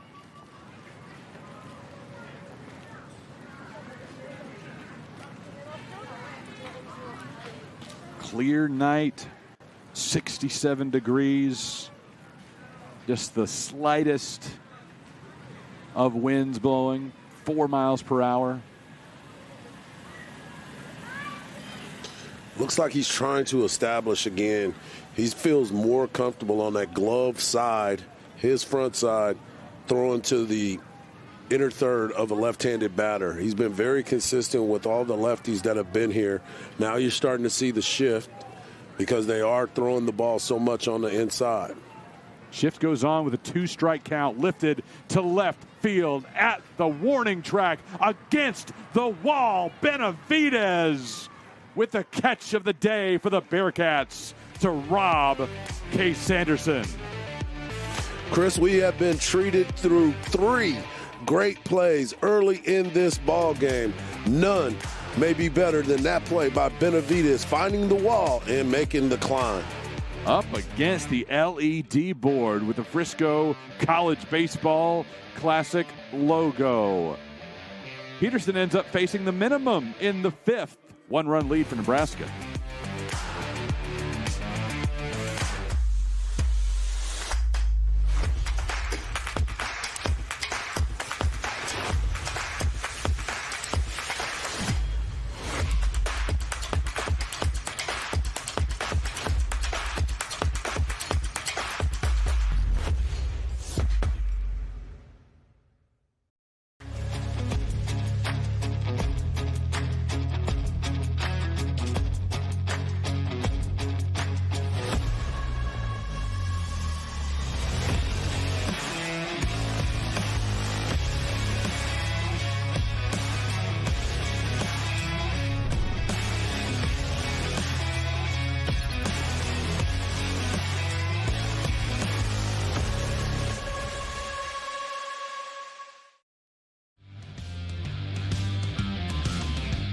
Frisco Classic presented by D1Baseball.com.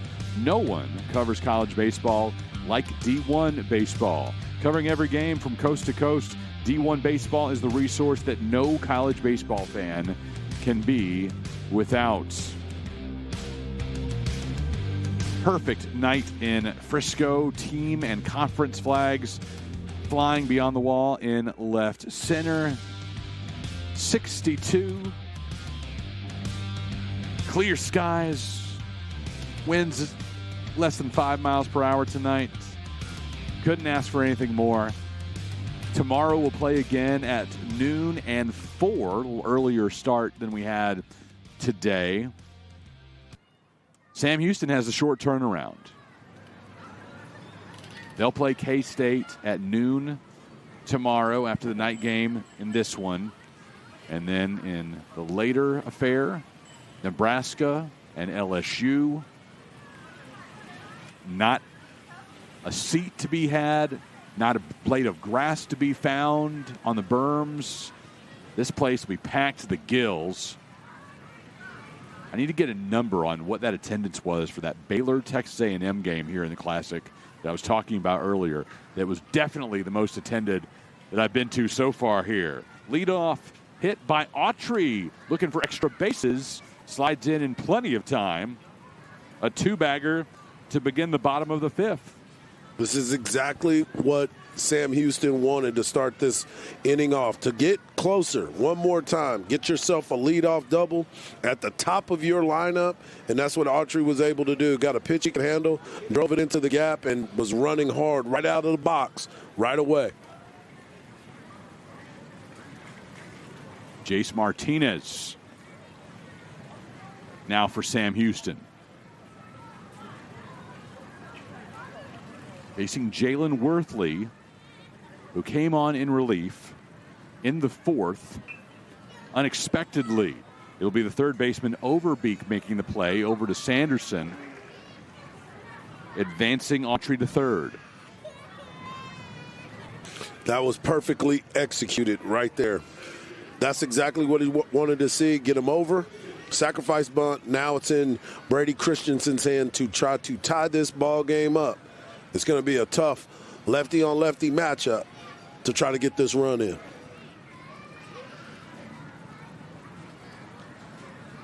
Christensen in his senior season hitting .310.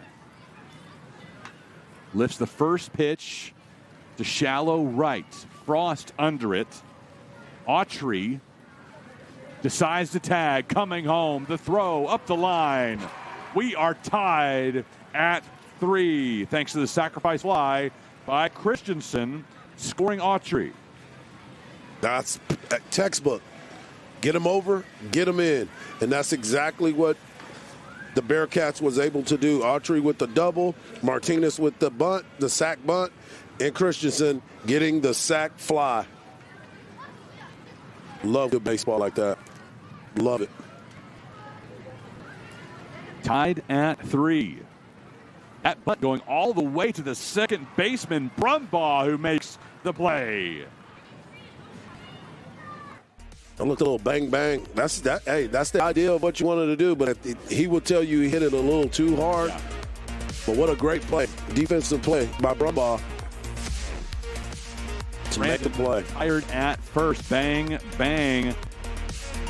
Sack fly by Christensen towards Autry. We're tied at 3.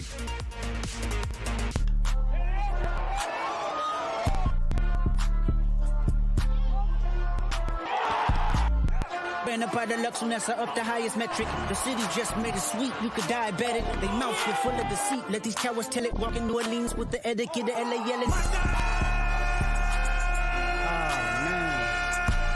Second bad, but somebody gotta do it. Got my foot up on the gas, but somebody gotta do it.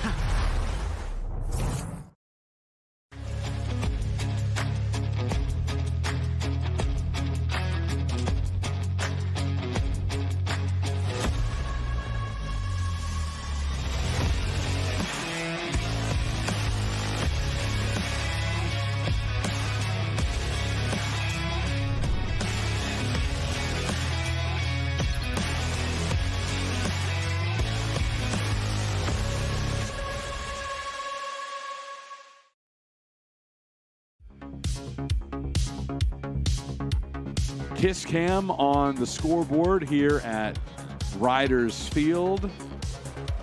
Some of those fans hoping that they make it up there. Some will leave disappointed. Well, here's how the bottom of the 5th ended. Ryan Frandon trying to hit for a bunt with 2 out and a close play at first. Ooh. Throw just beats him. I mean, it doesn't get any closer than that than him being safe on the call. Bearcats score 1. Christensen with the sac fly. Bring home Autry. This game is tied at 3. First pitch swinging by Carey. Popped up to Autry at first. Earlier, LSU and Kansas State were tied 2-2 through 6 innings and then tied 5-5 after 7. That's where it stood all the way until the 10th when the Tigers played at 3 to win 8-5 in the Frisco Classic opener.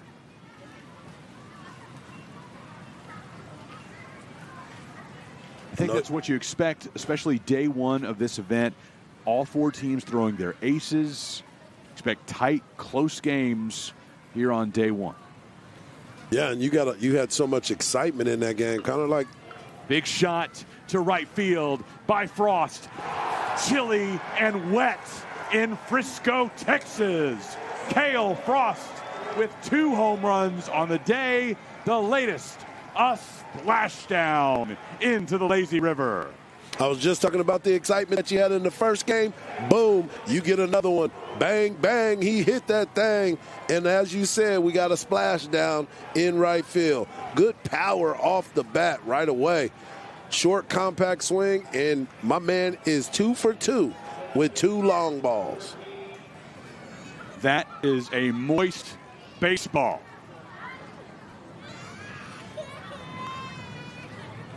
Wow. Second home run of the night and of the year for Frost. In foul territory, Swanson retired by Parker Blackman. Frost definitely likes Frisco, Texas in Rough Rider Stadium. Wow. He has done everything you needed to see from him. He went oppo the first time and yanked it down the line. I haven't seen anybody go fishing yet. Usually you see a young fan break past the gates that say no entry into the swimming pool area at this time of year. They want that wet souvenir. Yeah, I'm kind of shocked nobody is trying to make their way up. Well, I see some people milling. Security out there now. Whether or not the kids can sneak around them is the question. Well, I saw them over there working it. They tried to get in. They were like, hey, there's baseball in there. No lifeguard on duty, though. They want you going bobbing for baseball. We're going to go out there tomorrow and see how deep it is. See there? Yeah, still on top of the water. Some years, it's been so cold where they haven't been able to fill up the pool yet. You don't get that dramatic splashdown. But great weather this week. Pool is full. Now, you can't buy tickets out into the lazy river for this tournament. Might be a little too cold to dip in this weekend. But we're getting there. We're definitely getting close to it.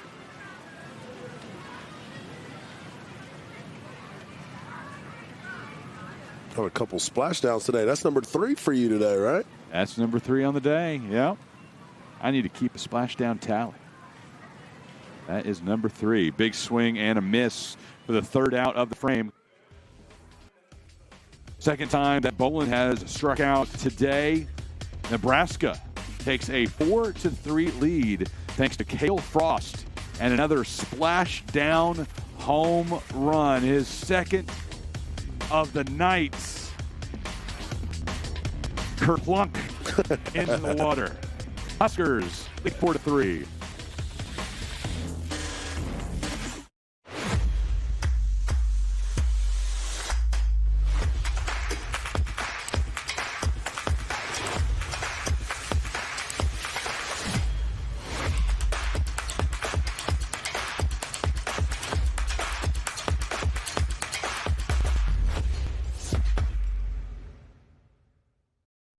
We have a beautiful hospital, a hospital that was designed not to look like a healthcare facility. It has a warm and welcoming environment for our guests and our patients that come in, but it's really what's inside that building that makes the biggest difference. We have a dedicated group of professionals here that have been going above and beyond for this community for the past 2 years since we've been open, and really have a passion for providing outstanding care in a warm and welcoming environment.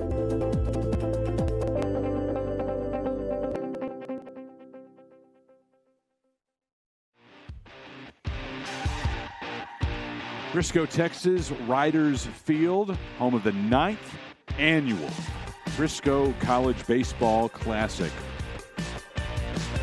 Nebraska will send Will Walsh to the bump to relieve Jalen Worthley. Third pitcher of the evening for the Cornhuskers. Redshirt senior out of Leawood, Kansas. Big Ten All-Tournament team member in each of the last 2 seasons. This year, making his 3rd appearance. Picked up a win and a loss. Opening weekend against San Diego State. A 13-0 win. Walsh lasted 7 innings of scoreless baseball, scattering 5 Aztec hits. First pitch, Marthel Johnny retired by Frost.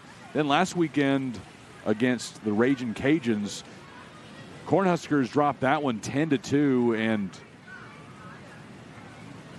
Walsh just went 2 innings, giving up 5 runs, 4 of those earned on 4 hits. Much rougher outing against the Ragin' Cajuns.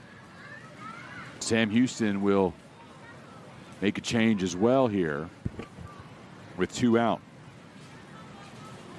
Addison Smith stepping in.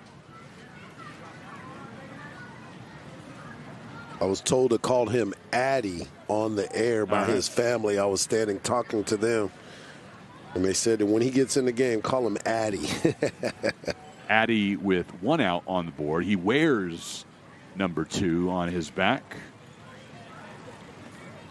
A very nice bullpen catcher, helping the kids get another souvenir down the left field line.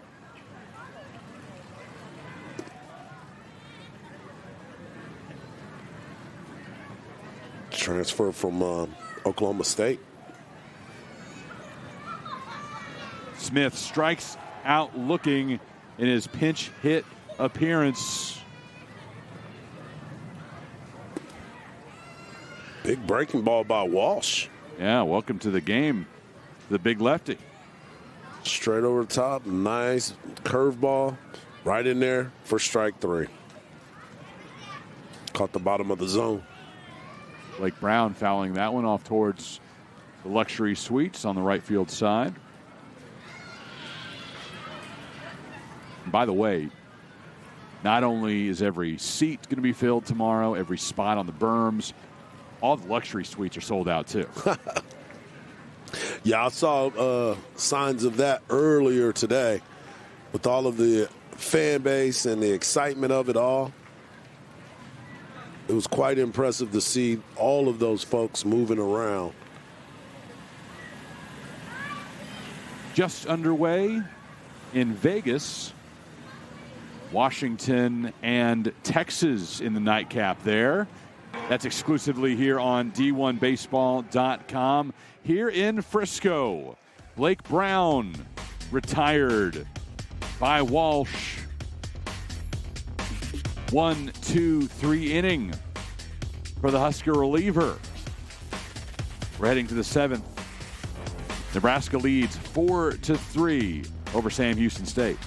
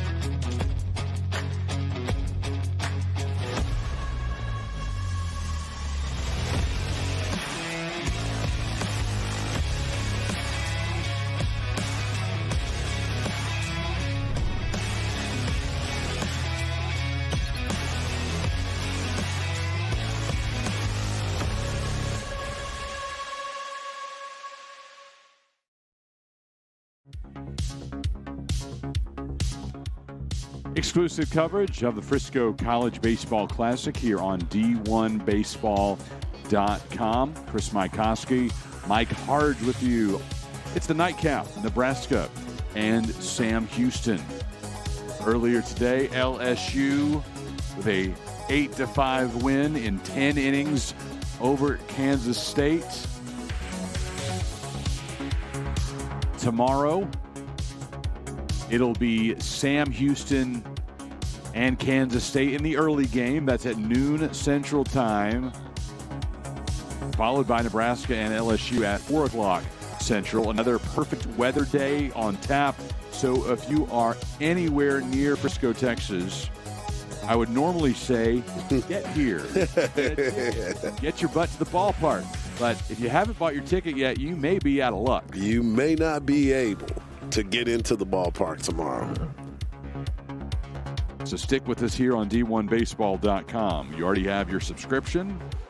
Good for the full weekend. both of the Frisco Classic and the Las Vegas Classic.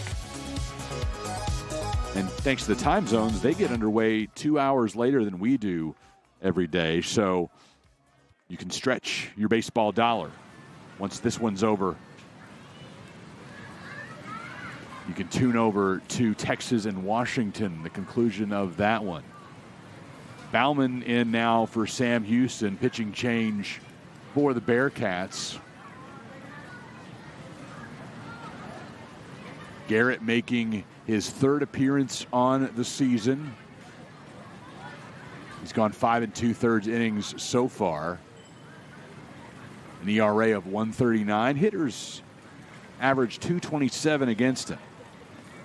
First man he sees is Hogan Heligso.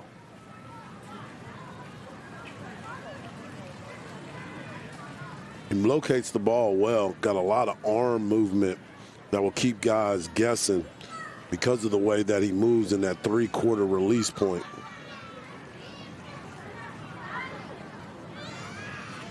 .88 to 92 with his fastball, 80 miles an hour on his cutter. And right there, he just ran that two-seam fastball off of his hands.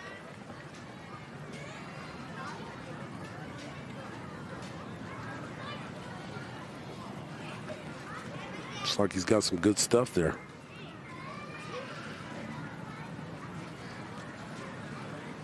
.02. Omen to Helixo. Blackman coming on. He'll bring the ball in. One up, one down, and back to the top of the Nebraska batting order to Joshua Overbeek, who's 0 for 3 thus far.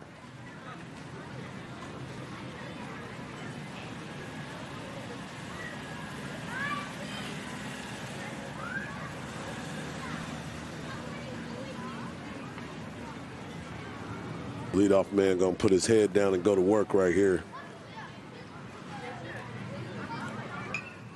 Overbeek goes oppo to the wall. Off the base of the wall in left, Overbeek to second. His third extra base hit of the season comes with 1 out in the top of the 7th. Told you he was going to get to work. He was going to get busy. You don't want to be the leadoff guy and your day is 0 for 3. Got a pitch he can handle and drove it the opposite field. That's the beautiful part for me. These guys have been using the entire field, getting behind the pitch. A lost start in a lot of moments in baseball. Here's the Texan, Devin Nunez from Navasota. His team leading 4-3.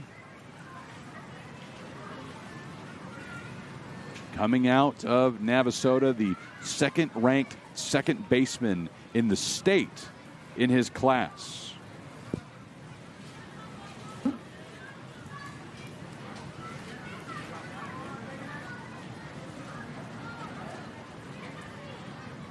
One-0 pitch from Bowman.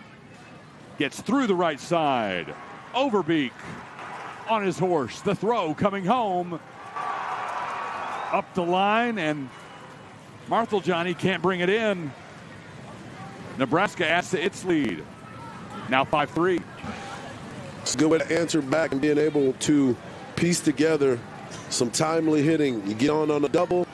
The job is to get him over to third. Boom. But he got a base hit. Strong throw from Blackman in right field, but he didn't have enough on it. And Overbeek scores the run. Good leadoff hitter scoring the run. RBI single by the Texan, Nunez. 5-3 Huskers. Back to Brumbaugh. Looking for his first hit of the day. He's 0 for 2 with a walk.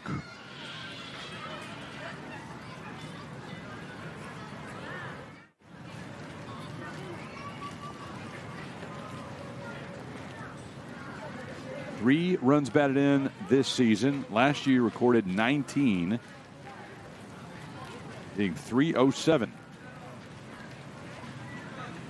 As the Huskers made a run to the NCAA tournament as Big Ten champions.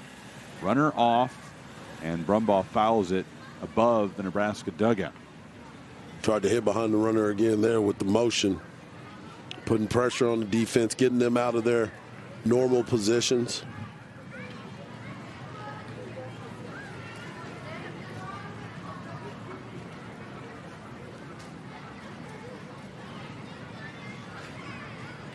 A ball and 2 strikes with 1 out and a runner on first. Left that up just a little bit.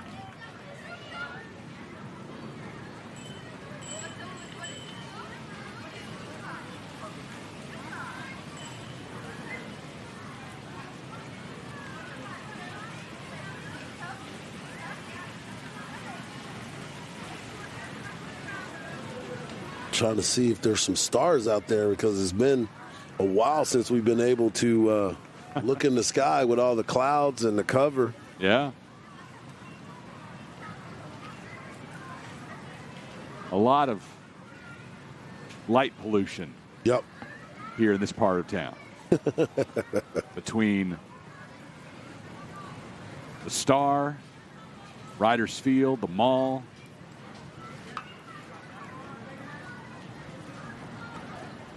Still haven't made that bucket list trip out to Big Bend. Best place to go stargazing in the state. No light pollution around there.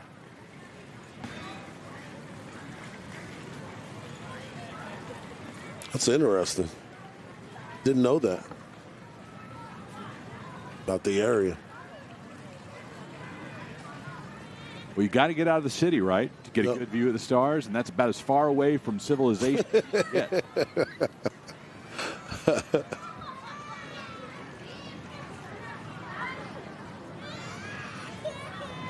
2 balls and 2 strikes. Bowman delivers, missing inside and high. 3-2 the count. Should be some action on the bases. Putting them in motion, 3-2 pitch. Defensive side got to hold their ground as long as they can. Full count, runner going, fouled off towards the Sam dugout. Brumbaugh staying alive.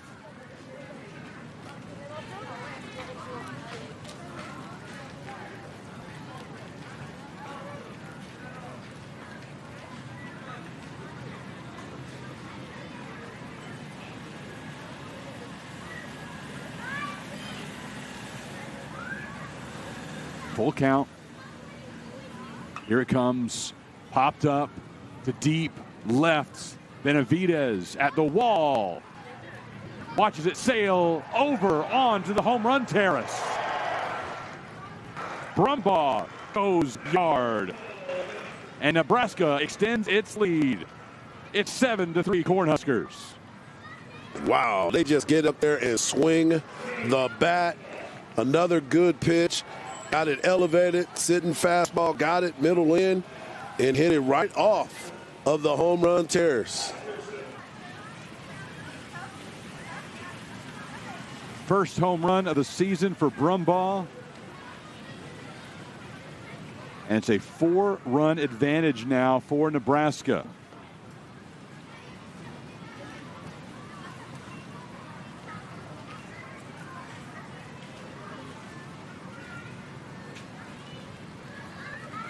.339 feet. That is just barely clean. That's 335. The wall.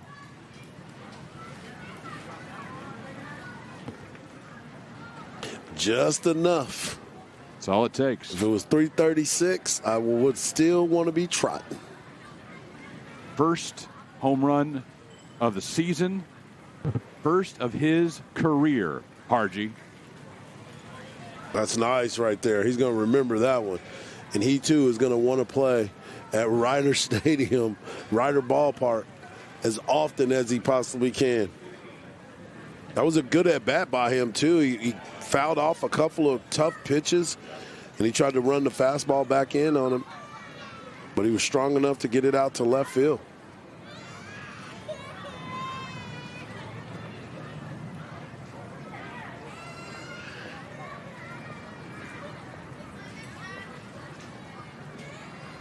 Back to Dylan Carey. After Sanderson grounded to first.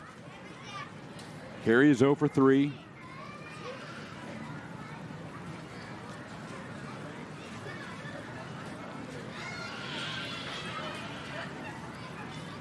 Oh, 1 coming.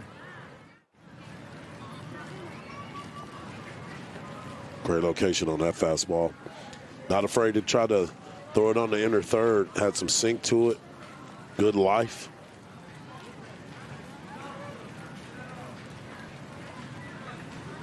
Backed it up with the curveball.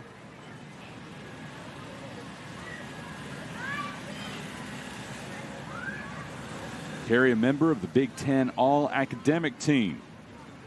0-2 count. Bounces that one in. Gotta love that when you're named to the All-Academic Team. Yeah, he's one of their elite student athletes, 3 times on the athletic department honor roll. Also named to the citizenship team that carries the name of Tom Osborne. Met Coach Osborne quite a few times. A couple recruiting trips to Nebraska for football. Big Red. Big Red. There's a lot of it up there. Great town, though. Lincoln's amazing. Had a really good time for that weekend. Well, when you're being treated well on a recruiting trip, they always leave a great impression. 1-2. Fouled back again. He's got good stuff, Bowman, that is, and the main thing is just being consistent with your locations. Keep fighting.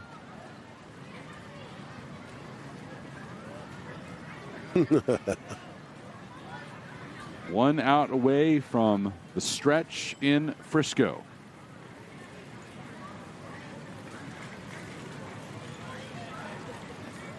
A ball and 2 strikes. Remains the count with 2 out. To Carey. This time blew it by him. Bowman reached back and sent that at a 93-mile-per-hour clip. Caden Brumbaugh with his first career home run. And Nebraska extends its lead to 7-3. It's game 2 of the Frisco College Baseball Classic. Time for the 7th-inning stretch at Rogers Field. We have a beautiful hospital, a hospital that was designed not to look like a healthcare facility. It has a warm and welcoming environment for our guests and our patients that come in, but it's really what's inside that building that makes the biggest difference. We have a dedicated group of professionals here that have been going above and beyond for this community for the past 2 years since we've been open, and really have a passion for providing outstanding care in a warm and welcoming environment.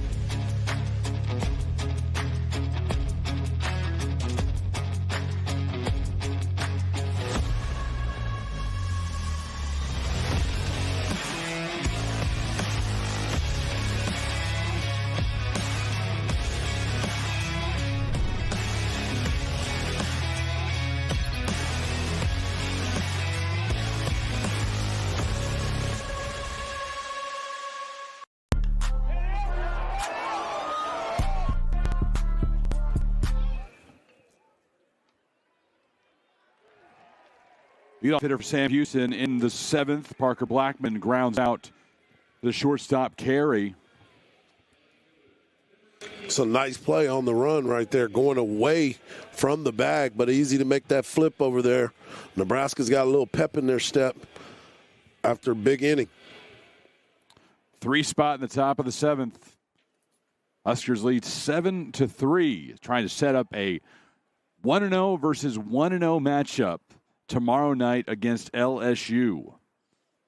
If the score holds, it'll be the losers of day one, Sam Houston and Kansas State, followed by the winners of day one, LSU and Nebraska. On day two at the Classic, Benavidez goes down looking.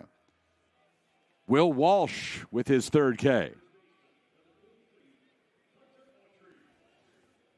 Big time pitching right there. Good looking prospect. Back at the top of the Sam Houston order, Hunter Autry doubled and scored in the fifth. Lazy pop fly that Dylan Carey goes out to get. Very quick work by Walsh and the Husker defense. Score remains 7-3, 7 full innings complete in Frisco. Game 2 of the Frisco Classic.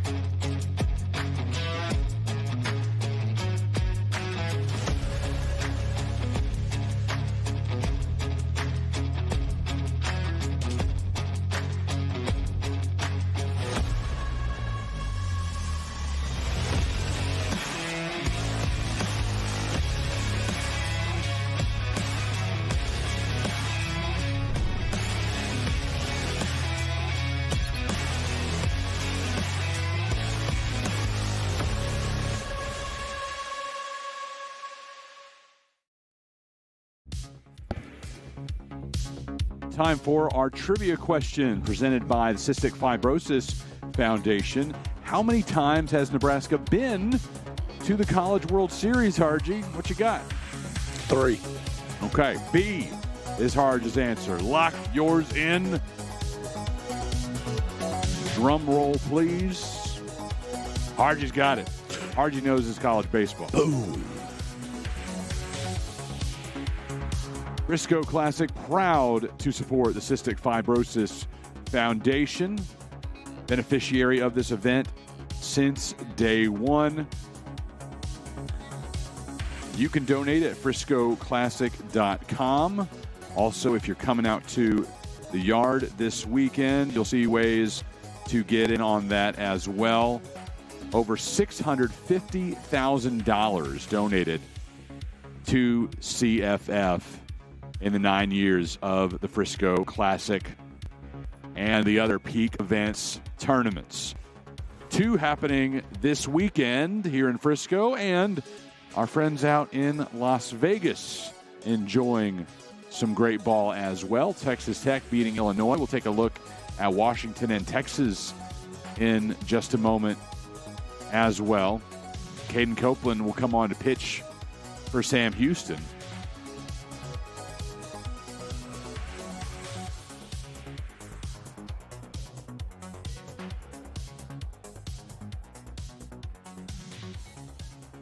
Copeland, the senior lefty, transfer from Louisiana Tech, staying in Conference USA, and making his first appearance as a Bearcat tonight. Induces a fly ball on his first pitch. And Frost innocently flies to center. He has a couple of home runs tonight, but Copeland able to retire him quickly. That's the first time he was retired. 2 home runs and a walk. And he was so aggressive on that first pitch off of the new lefty. Here's Gabe Swanson, who's 0 for 3.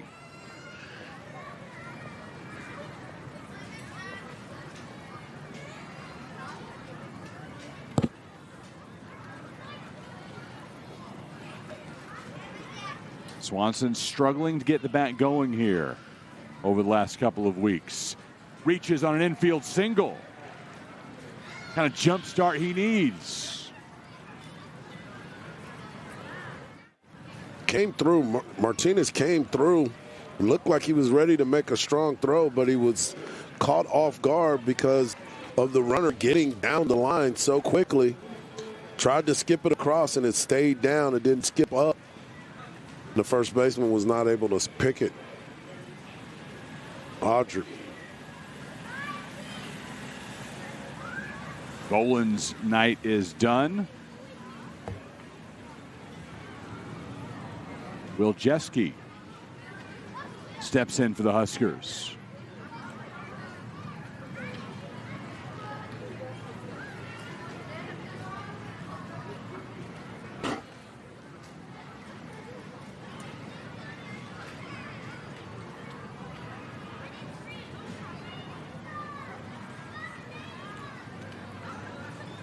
Jeske started all 3 games last weekend at Louisiana Lafayette, coming off the bench tonight and delivering a pinch hit single to center.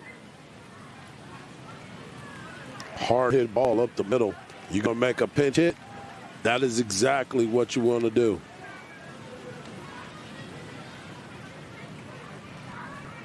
Big smiles as his night is over. Jeske will head back to the bench in favor of a pinch runner after delivering a single. And Riley Silva running now at first.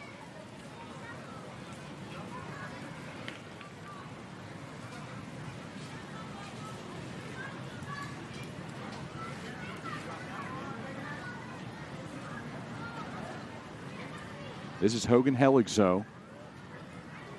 The Husker catcher, first pitch swinging into left center.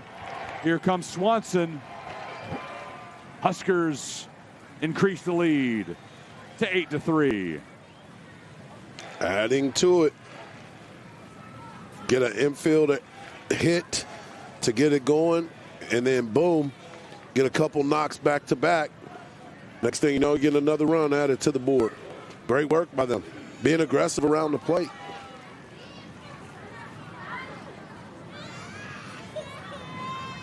Well, this is the night that Will Bolt had been looking for from his team after last weekend, final 2 games.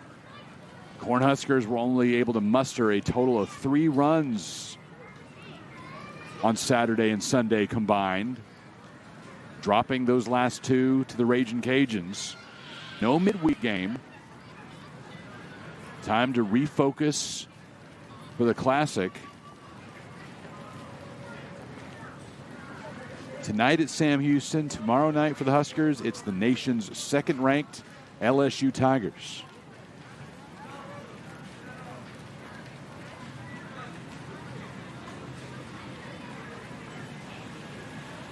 They had a great game today, energy-wise, fan-wise. And in the dirt, here comes Hellickson. Down in, Heligso takes second base. It was a great read, ball in the dirt. Saw the catcher go to his knees and did not hesitate to take second base. So Silva now at third. Jeske delivered the single. Silva pinch ran for him. Heligso with a RBI single and now residing at second. 2-1. Swing and a miss.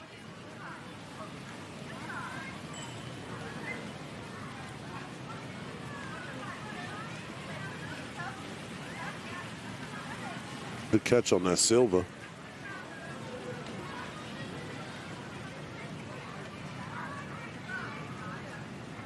Two. Out number 2 as Overbeek strikes out for the second time tonight.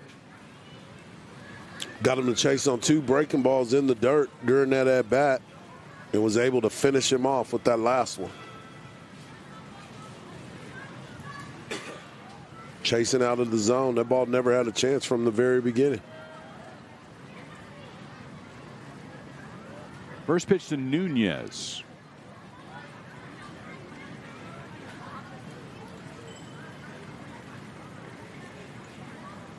Husker rookie, Navasota, Texas. A hefty 5.06 batting average in his senior season of high school. Yeah, that'll play. That will definitely get you in the lineup. 1-2 the count against him. Highly coveted recruit. Second-ranked second baseman in his class in the Lone Star State.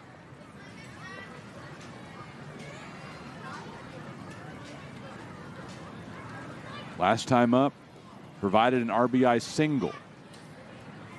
All gets away a little bit from Marthel Johnny, but he'll look Silva back.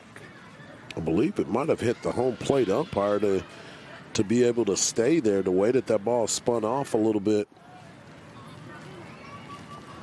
looked a little different. Might have saved a run.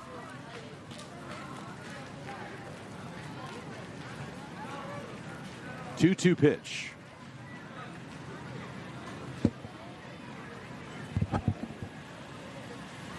First outing in a Bearcat uniform for Caden Copeland.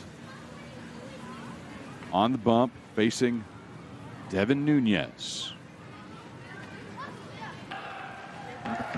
Gave him a free base. They are loaded for Caden Brumbaugh.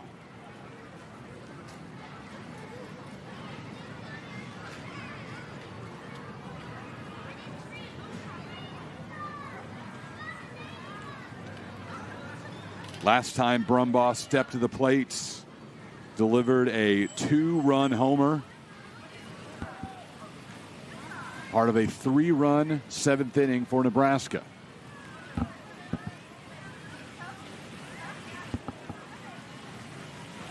Tapped foul. This is what he did last time he was at the dish. Just clearing the wall and onto the home run terrace.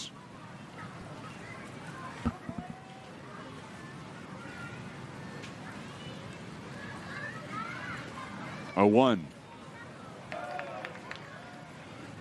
Good grab out there, by the way. That fan was perfectly positioned. Exactly. Made the stab. Didn't bring a glove. Yeah, that's what I was kind of shocked at, because it was so casual the way that he caught it. And then he just threw his hands up.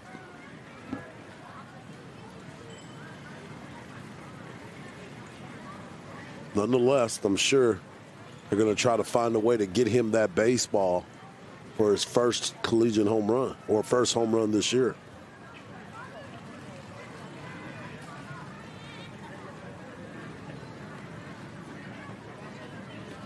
Missing high. No, you were right the first time. First year at Oklahoma State. Limited action. No home runs. Last year, he had 14 extra base hits for Nebraska. None of the homer variety. 3-1. Grounded to third. Brown in front of it, and he'll tag the bag. Huskers leave the bases loaded. They do add 1 run thanks to a Hogan Heligso RBI single that plated Swanson. 8-3 Nebraska, middle of the 8th in Frisco.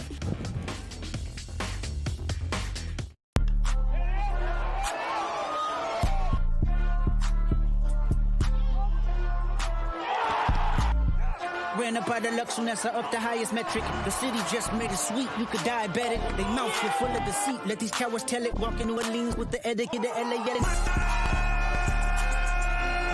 man. It's like a bad, but somebody gotta do it. Got my foot up on the gas, somebody gotta do it.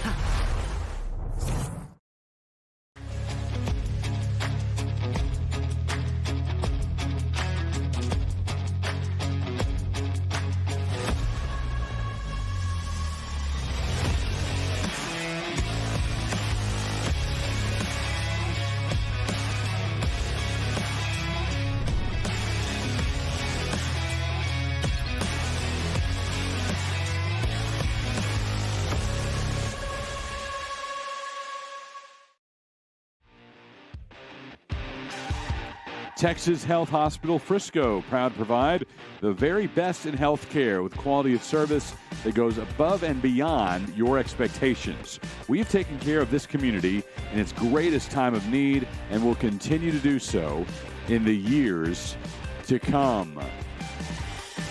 The Raisin Canes human dot race on the field between innings. Blue with a late surge to take the victory. Nobody's gone for a big face plant yet today in those races. We're only 2 games deep for that contest, but that 3-legged race, it can result in some broken noses. As they say, brace yourself. Face down. Martinez, Christensen, Brandon due up for Sam Houston. Got a spark a rally now. Only 6 outs to work with as we play in the bottom of the 8th inning.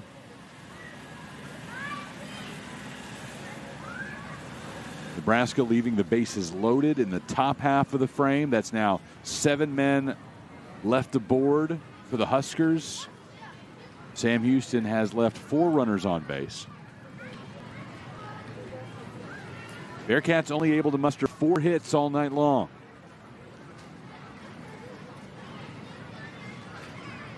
And given what Nebraska was faced with, their Friday night starter leaving due to injury after 3 2/3, this could have got to be a problem for Nebraska, but Worthley and Walsh up to the task. They've done a really good job on the mound, and if you continue to look at what Walsh has been able to do, coming in, getting big-time strikeouts in situations, and looking smooth on the mound as well.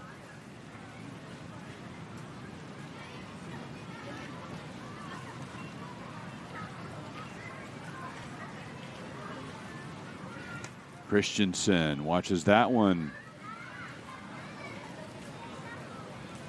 Bearcats enter the night 2-6 on the season. Dropped 2 of 3 at home to NJIT last week, and then fell to Houston in a midweek game before coming here to Frisco. We're up in that one against the Cougars 3-0. Cougars strike late and hand the Bearcats a loss in the first leg of the Don Sanders Cup. Christensen retired at first. 3-game series between Sam Houston and the University of Houston. Next round is March 12th in Huntsville. And then the finale, potentially the rubber match, if the Bearcats can win in Game 2. That's on neutral ground, March 18th in Sugar Land. Here's Frandon. A lot of baseball to be played, especially when this conference starts and the mindset of all these coaches and these teams change just a little bit in conference play. Well, the Bearcats have more time than most teams around the country to hone things in before conference begins. CUSA play for them doesn't start until March 21st. 1-2-3 inning. The third consecutive 1-2-3 inning from the Nebraska defense. And the Cornhuskers will look to pad that lead even more as we move to the top of the ninth.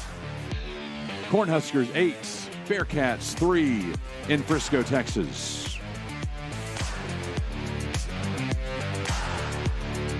We have a beautiful hospital, a hospital that was designed not to look like a healthcare facility. It has a warm and welcoming environment for our guests and our patients that come in, but it's really what's inside that building that makes the biggest difference. We have a dedicated group of professionals here that have been going above and beyond for this community for the past 2 years since we've been open, and really have a passion for providing outstanding care in a warm and welcoming environment.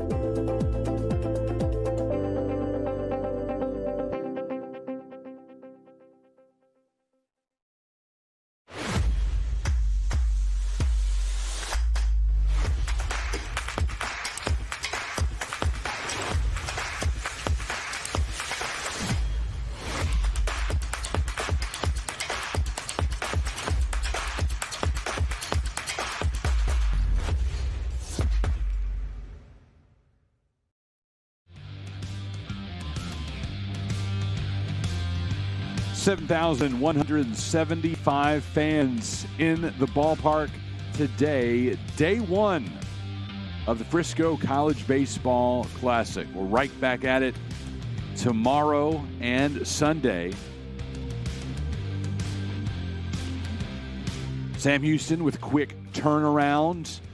Bearcats and Kansas State will get started at noon tomorrow, followed by one of the marquee matchups of the weekend, LSU and Nebraska.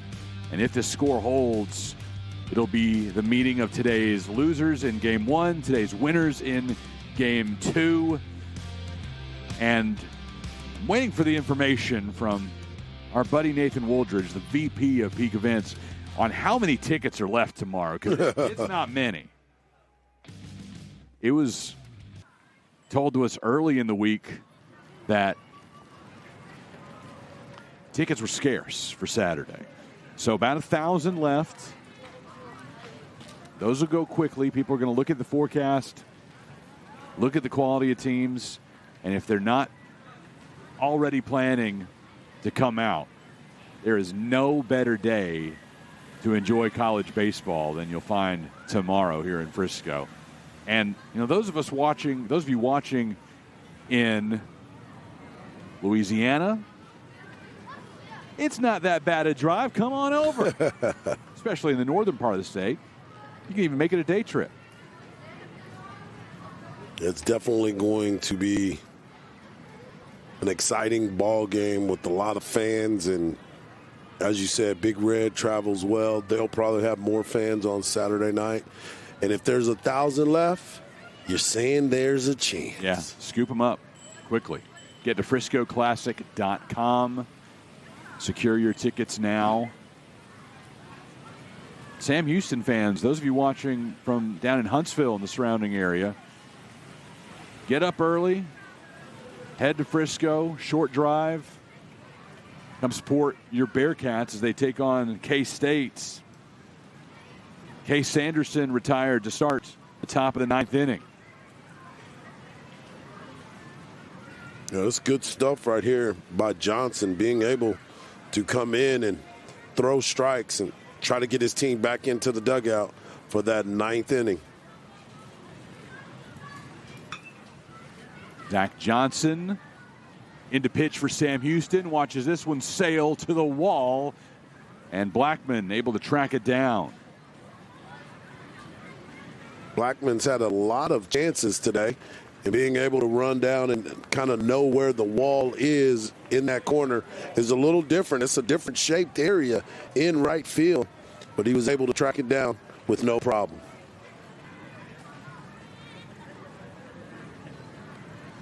Third appearance of the season for Johnson on the bump. And here's Frost.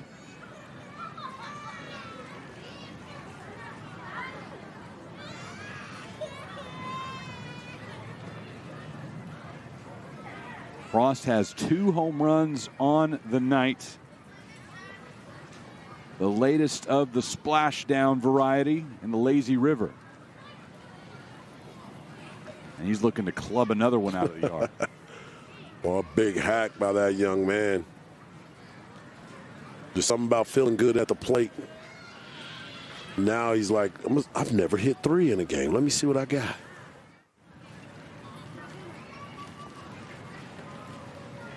That'll get out of play above the Sam Houston dugout.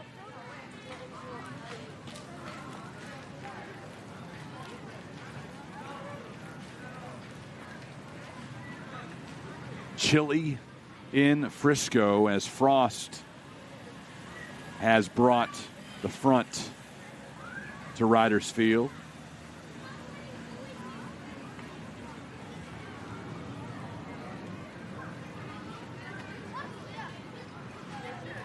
One, two, big swing and a miss. That'll do it for Frost in the ninth. Sam Houston coming to bat in the bottom of the 9th inning. They'll send up Marthel Johnny, Nodelman, and Brown. Addie Smith check back in for Nodelman in the DH spot. Cats need 5 to extend this one in Frisco.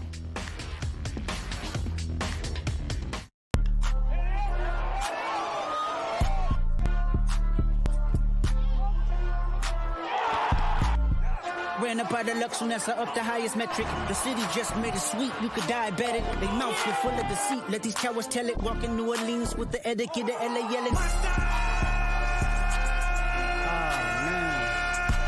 Second bad, but somebody gotta do it. Got my foot up on the gas, but somebody gotta do it.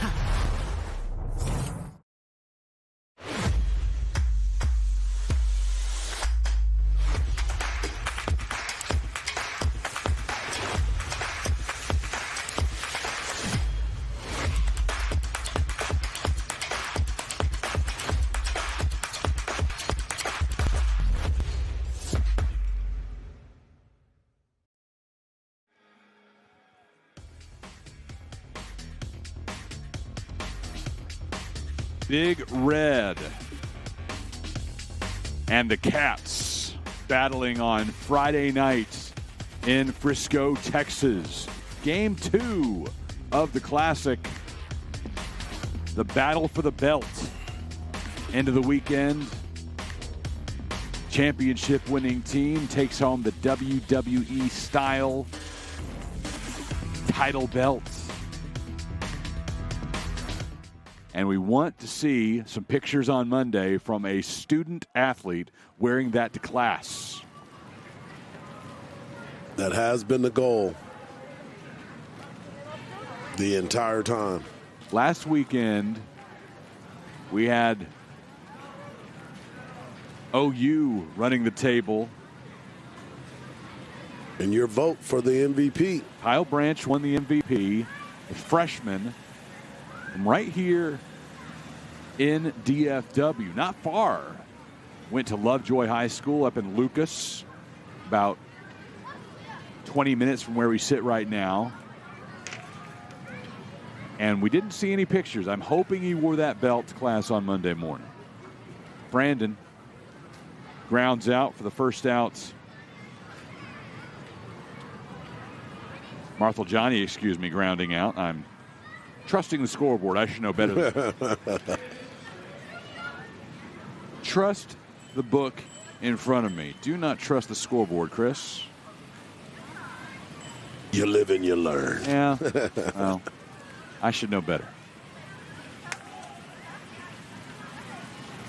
Addie Smith came on to pinch hit in the 6th. Struck out looking.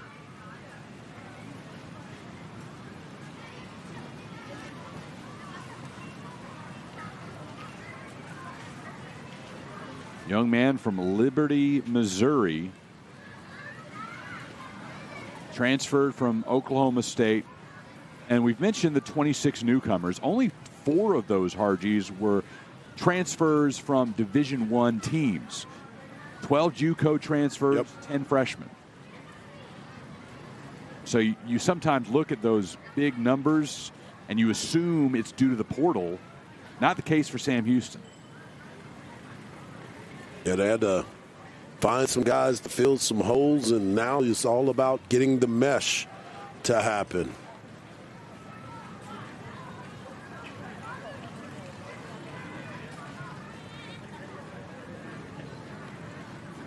Two. Smith goes down swinging. The Huskers 1 out away from victory. Elevated his eyes, threw him some breaking balls on the outside, and ran back with the fastball and elevated it, and he chased it. Looks so good up there until it doesn't. First pitch to Blake Brown. 0 for 2, robbed of a hit by Robbie Bolin in the 2nd inning. Walked and scored in the 4th. Then struck out in the 6th.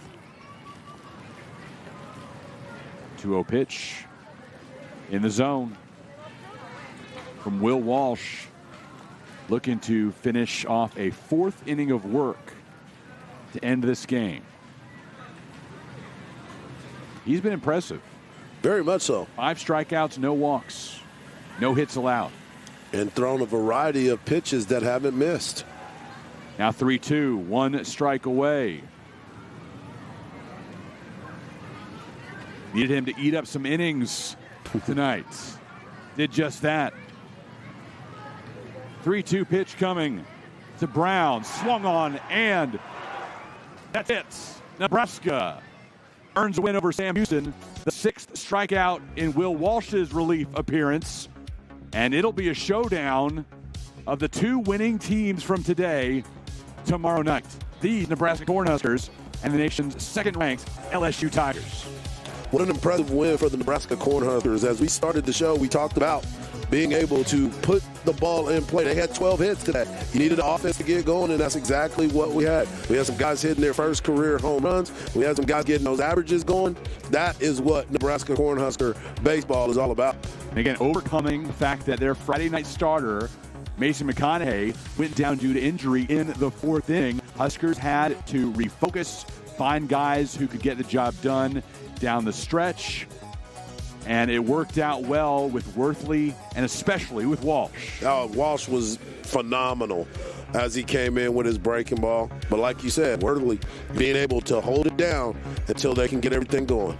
Highlights of the night. You saw Cale Frost's first home run. We'll see his 2nd in a moment. 2 dingers on the night for the Nebraska right fielder. Caden Brumbaugh also going yard this evening to help Nebraska's cause. 8-3. We will see you again tomorrow from Frisco.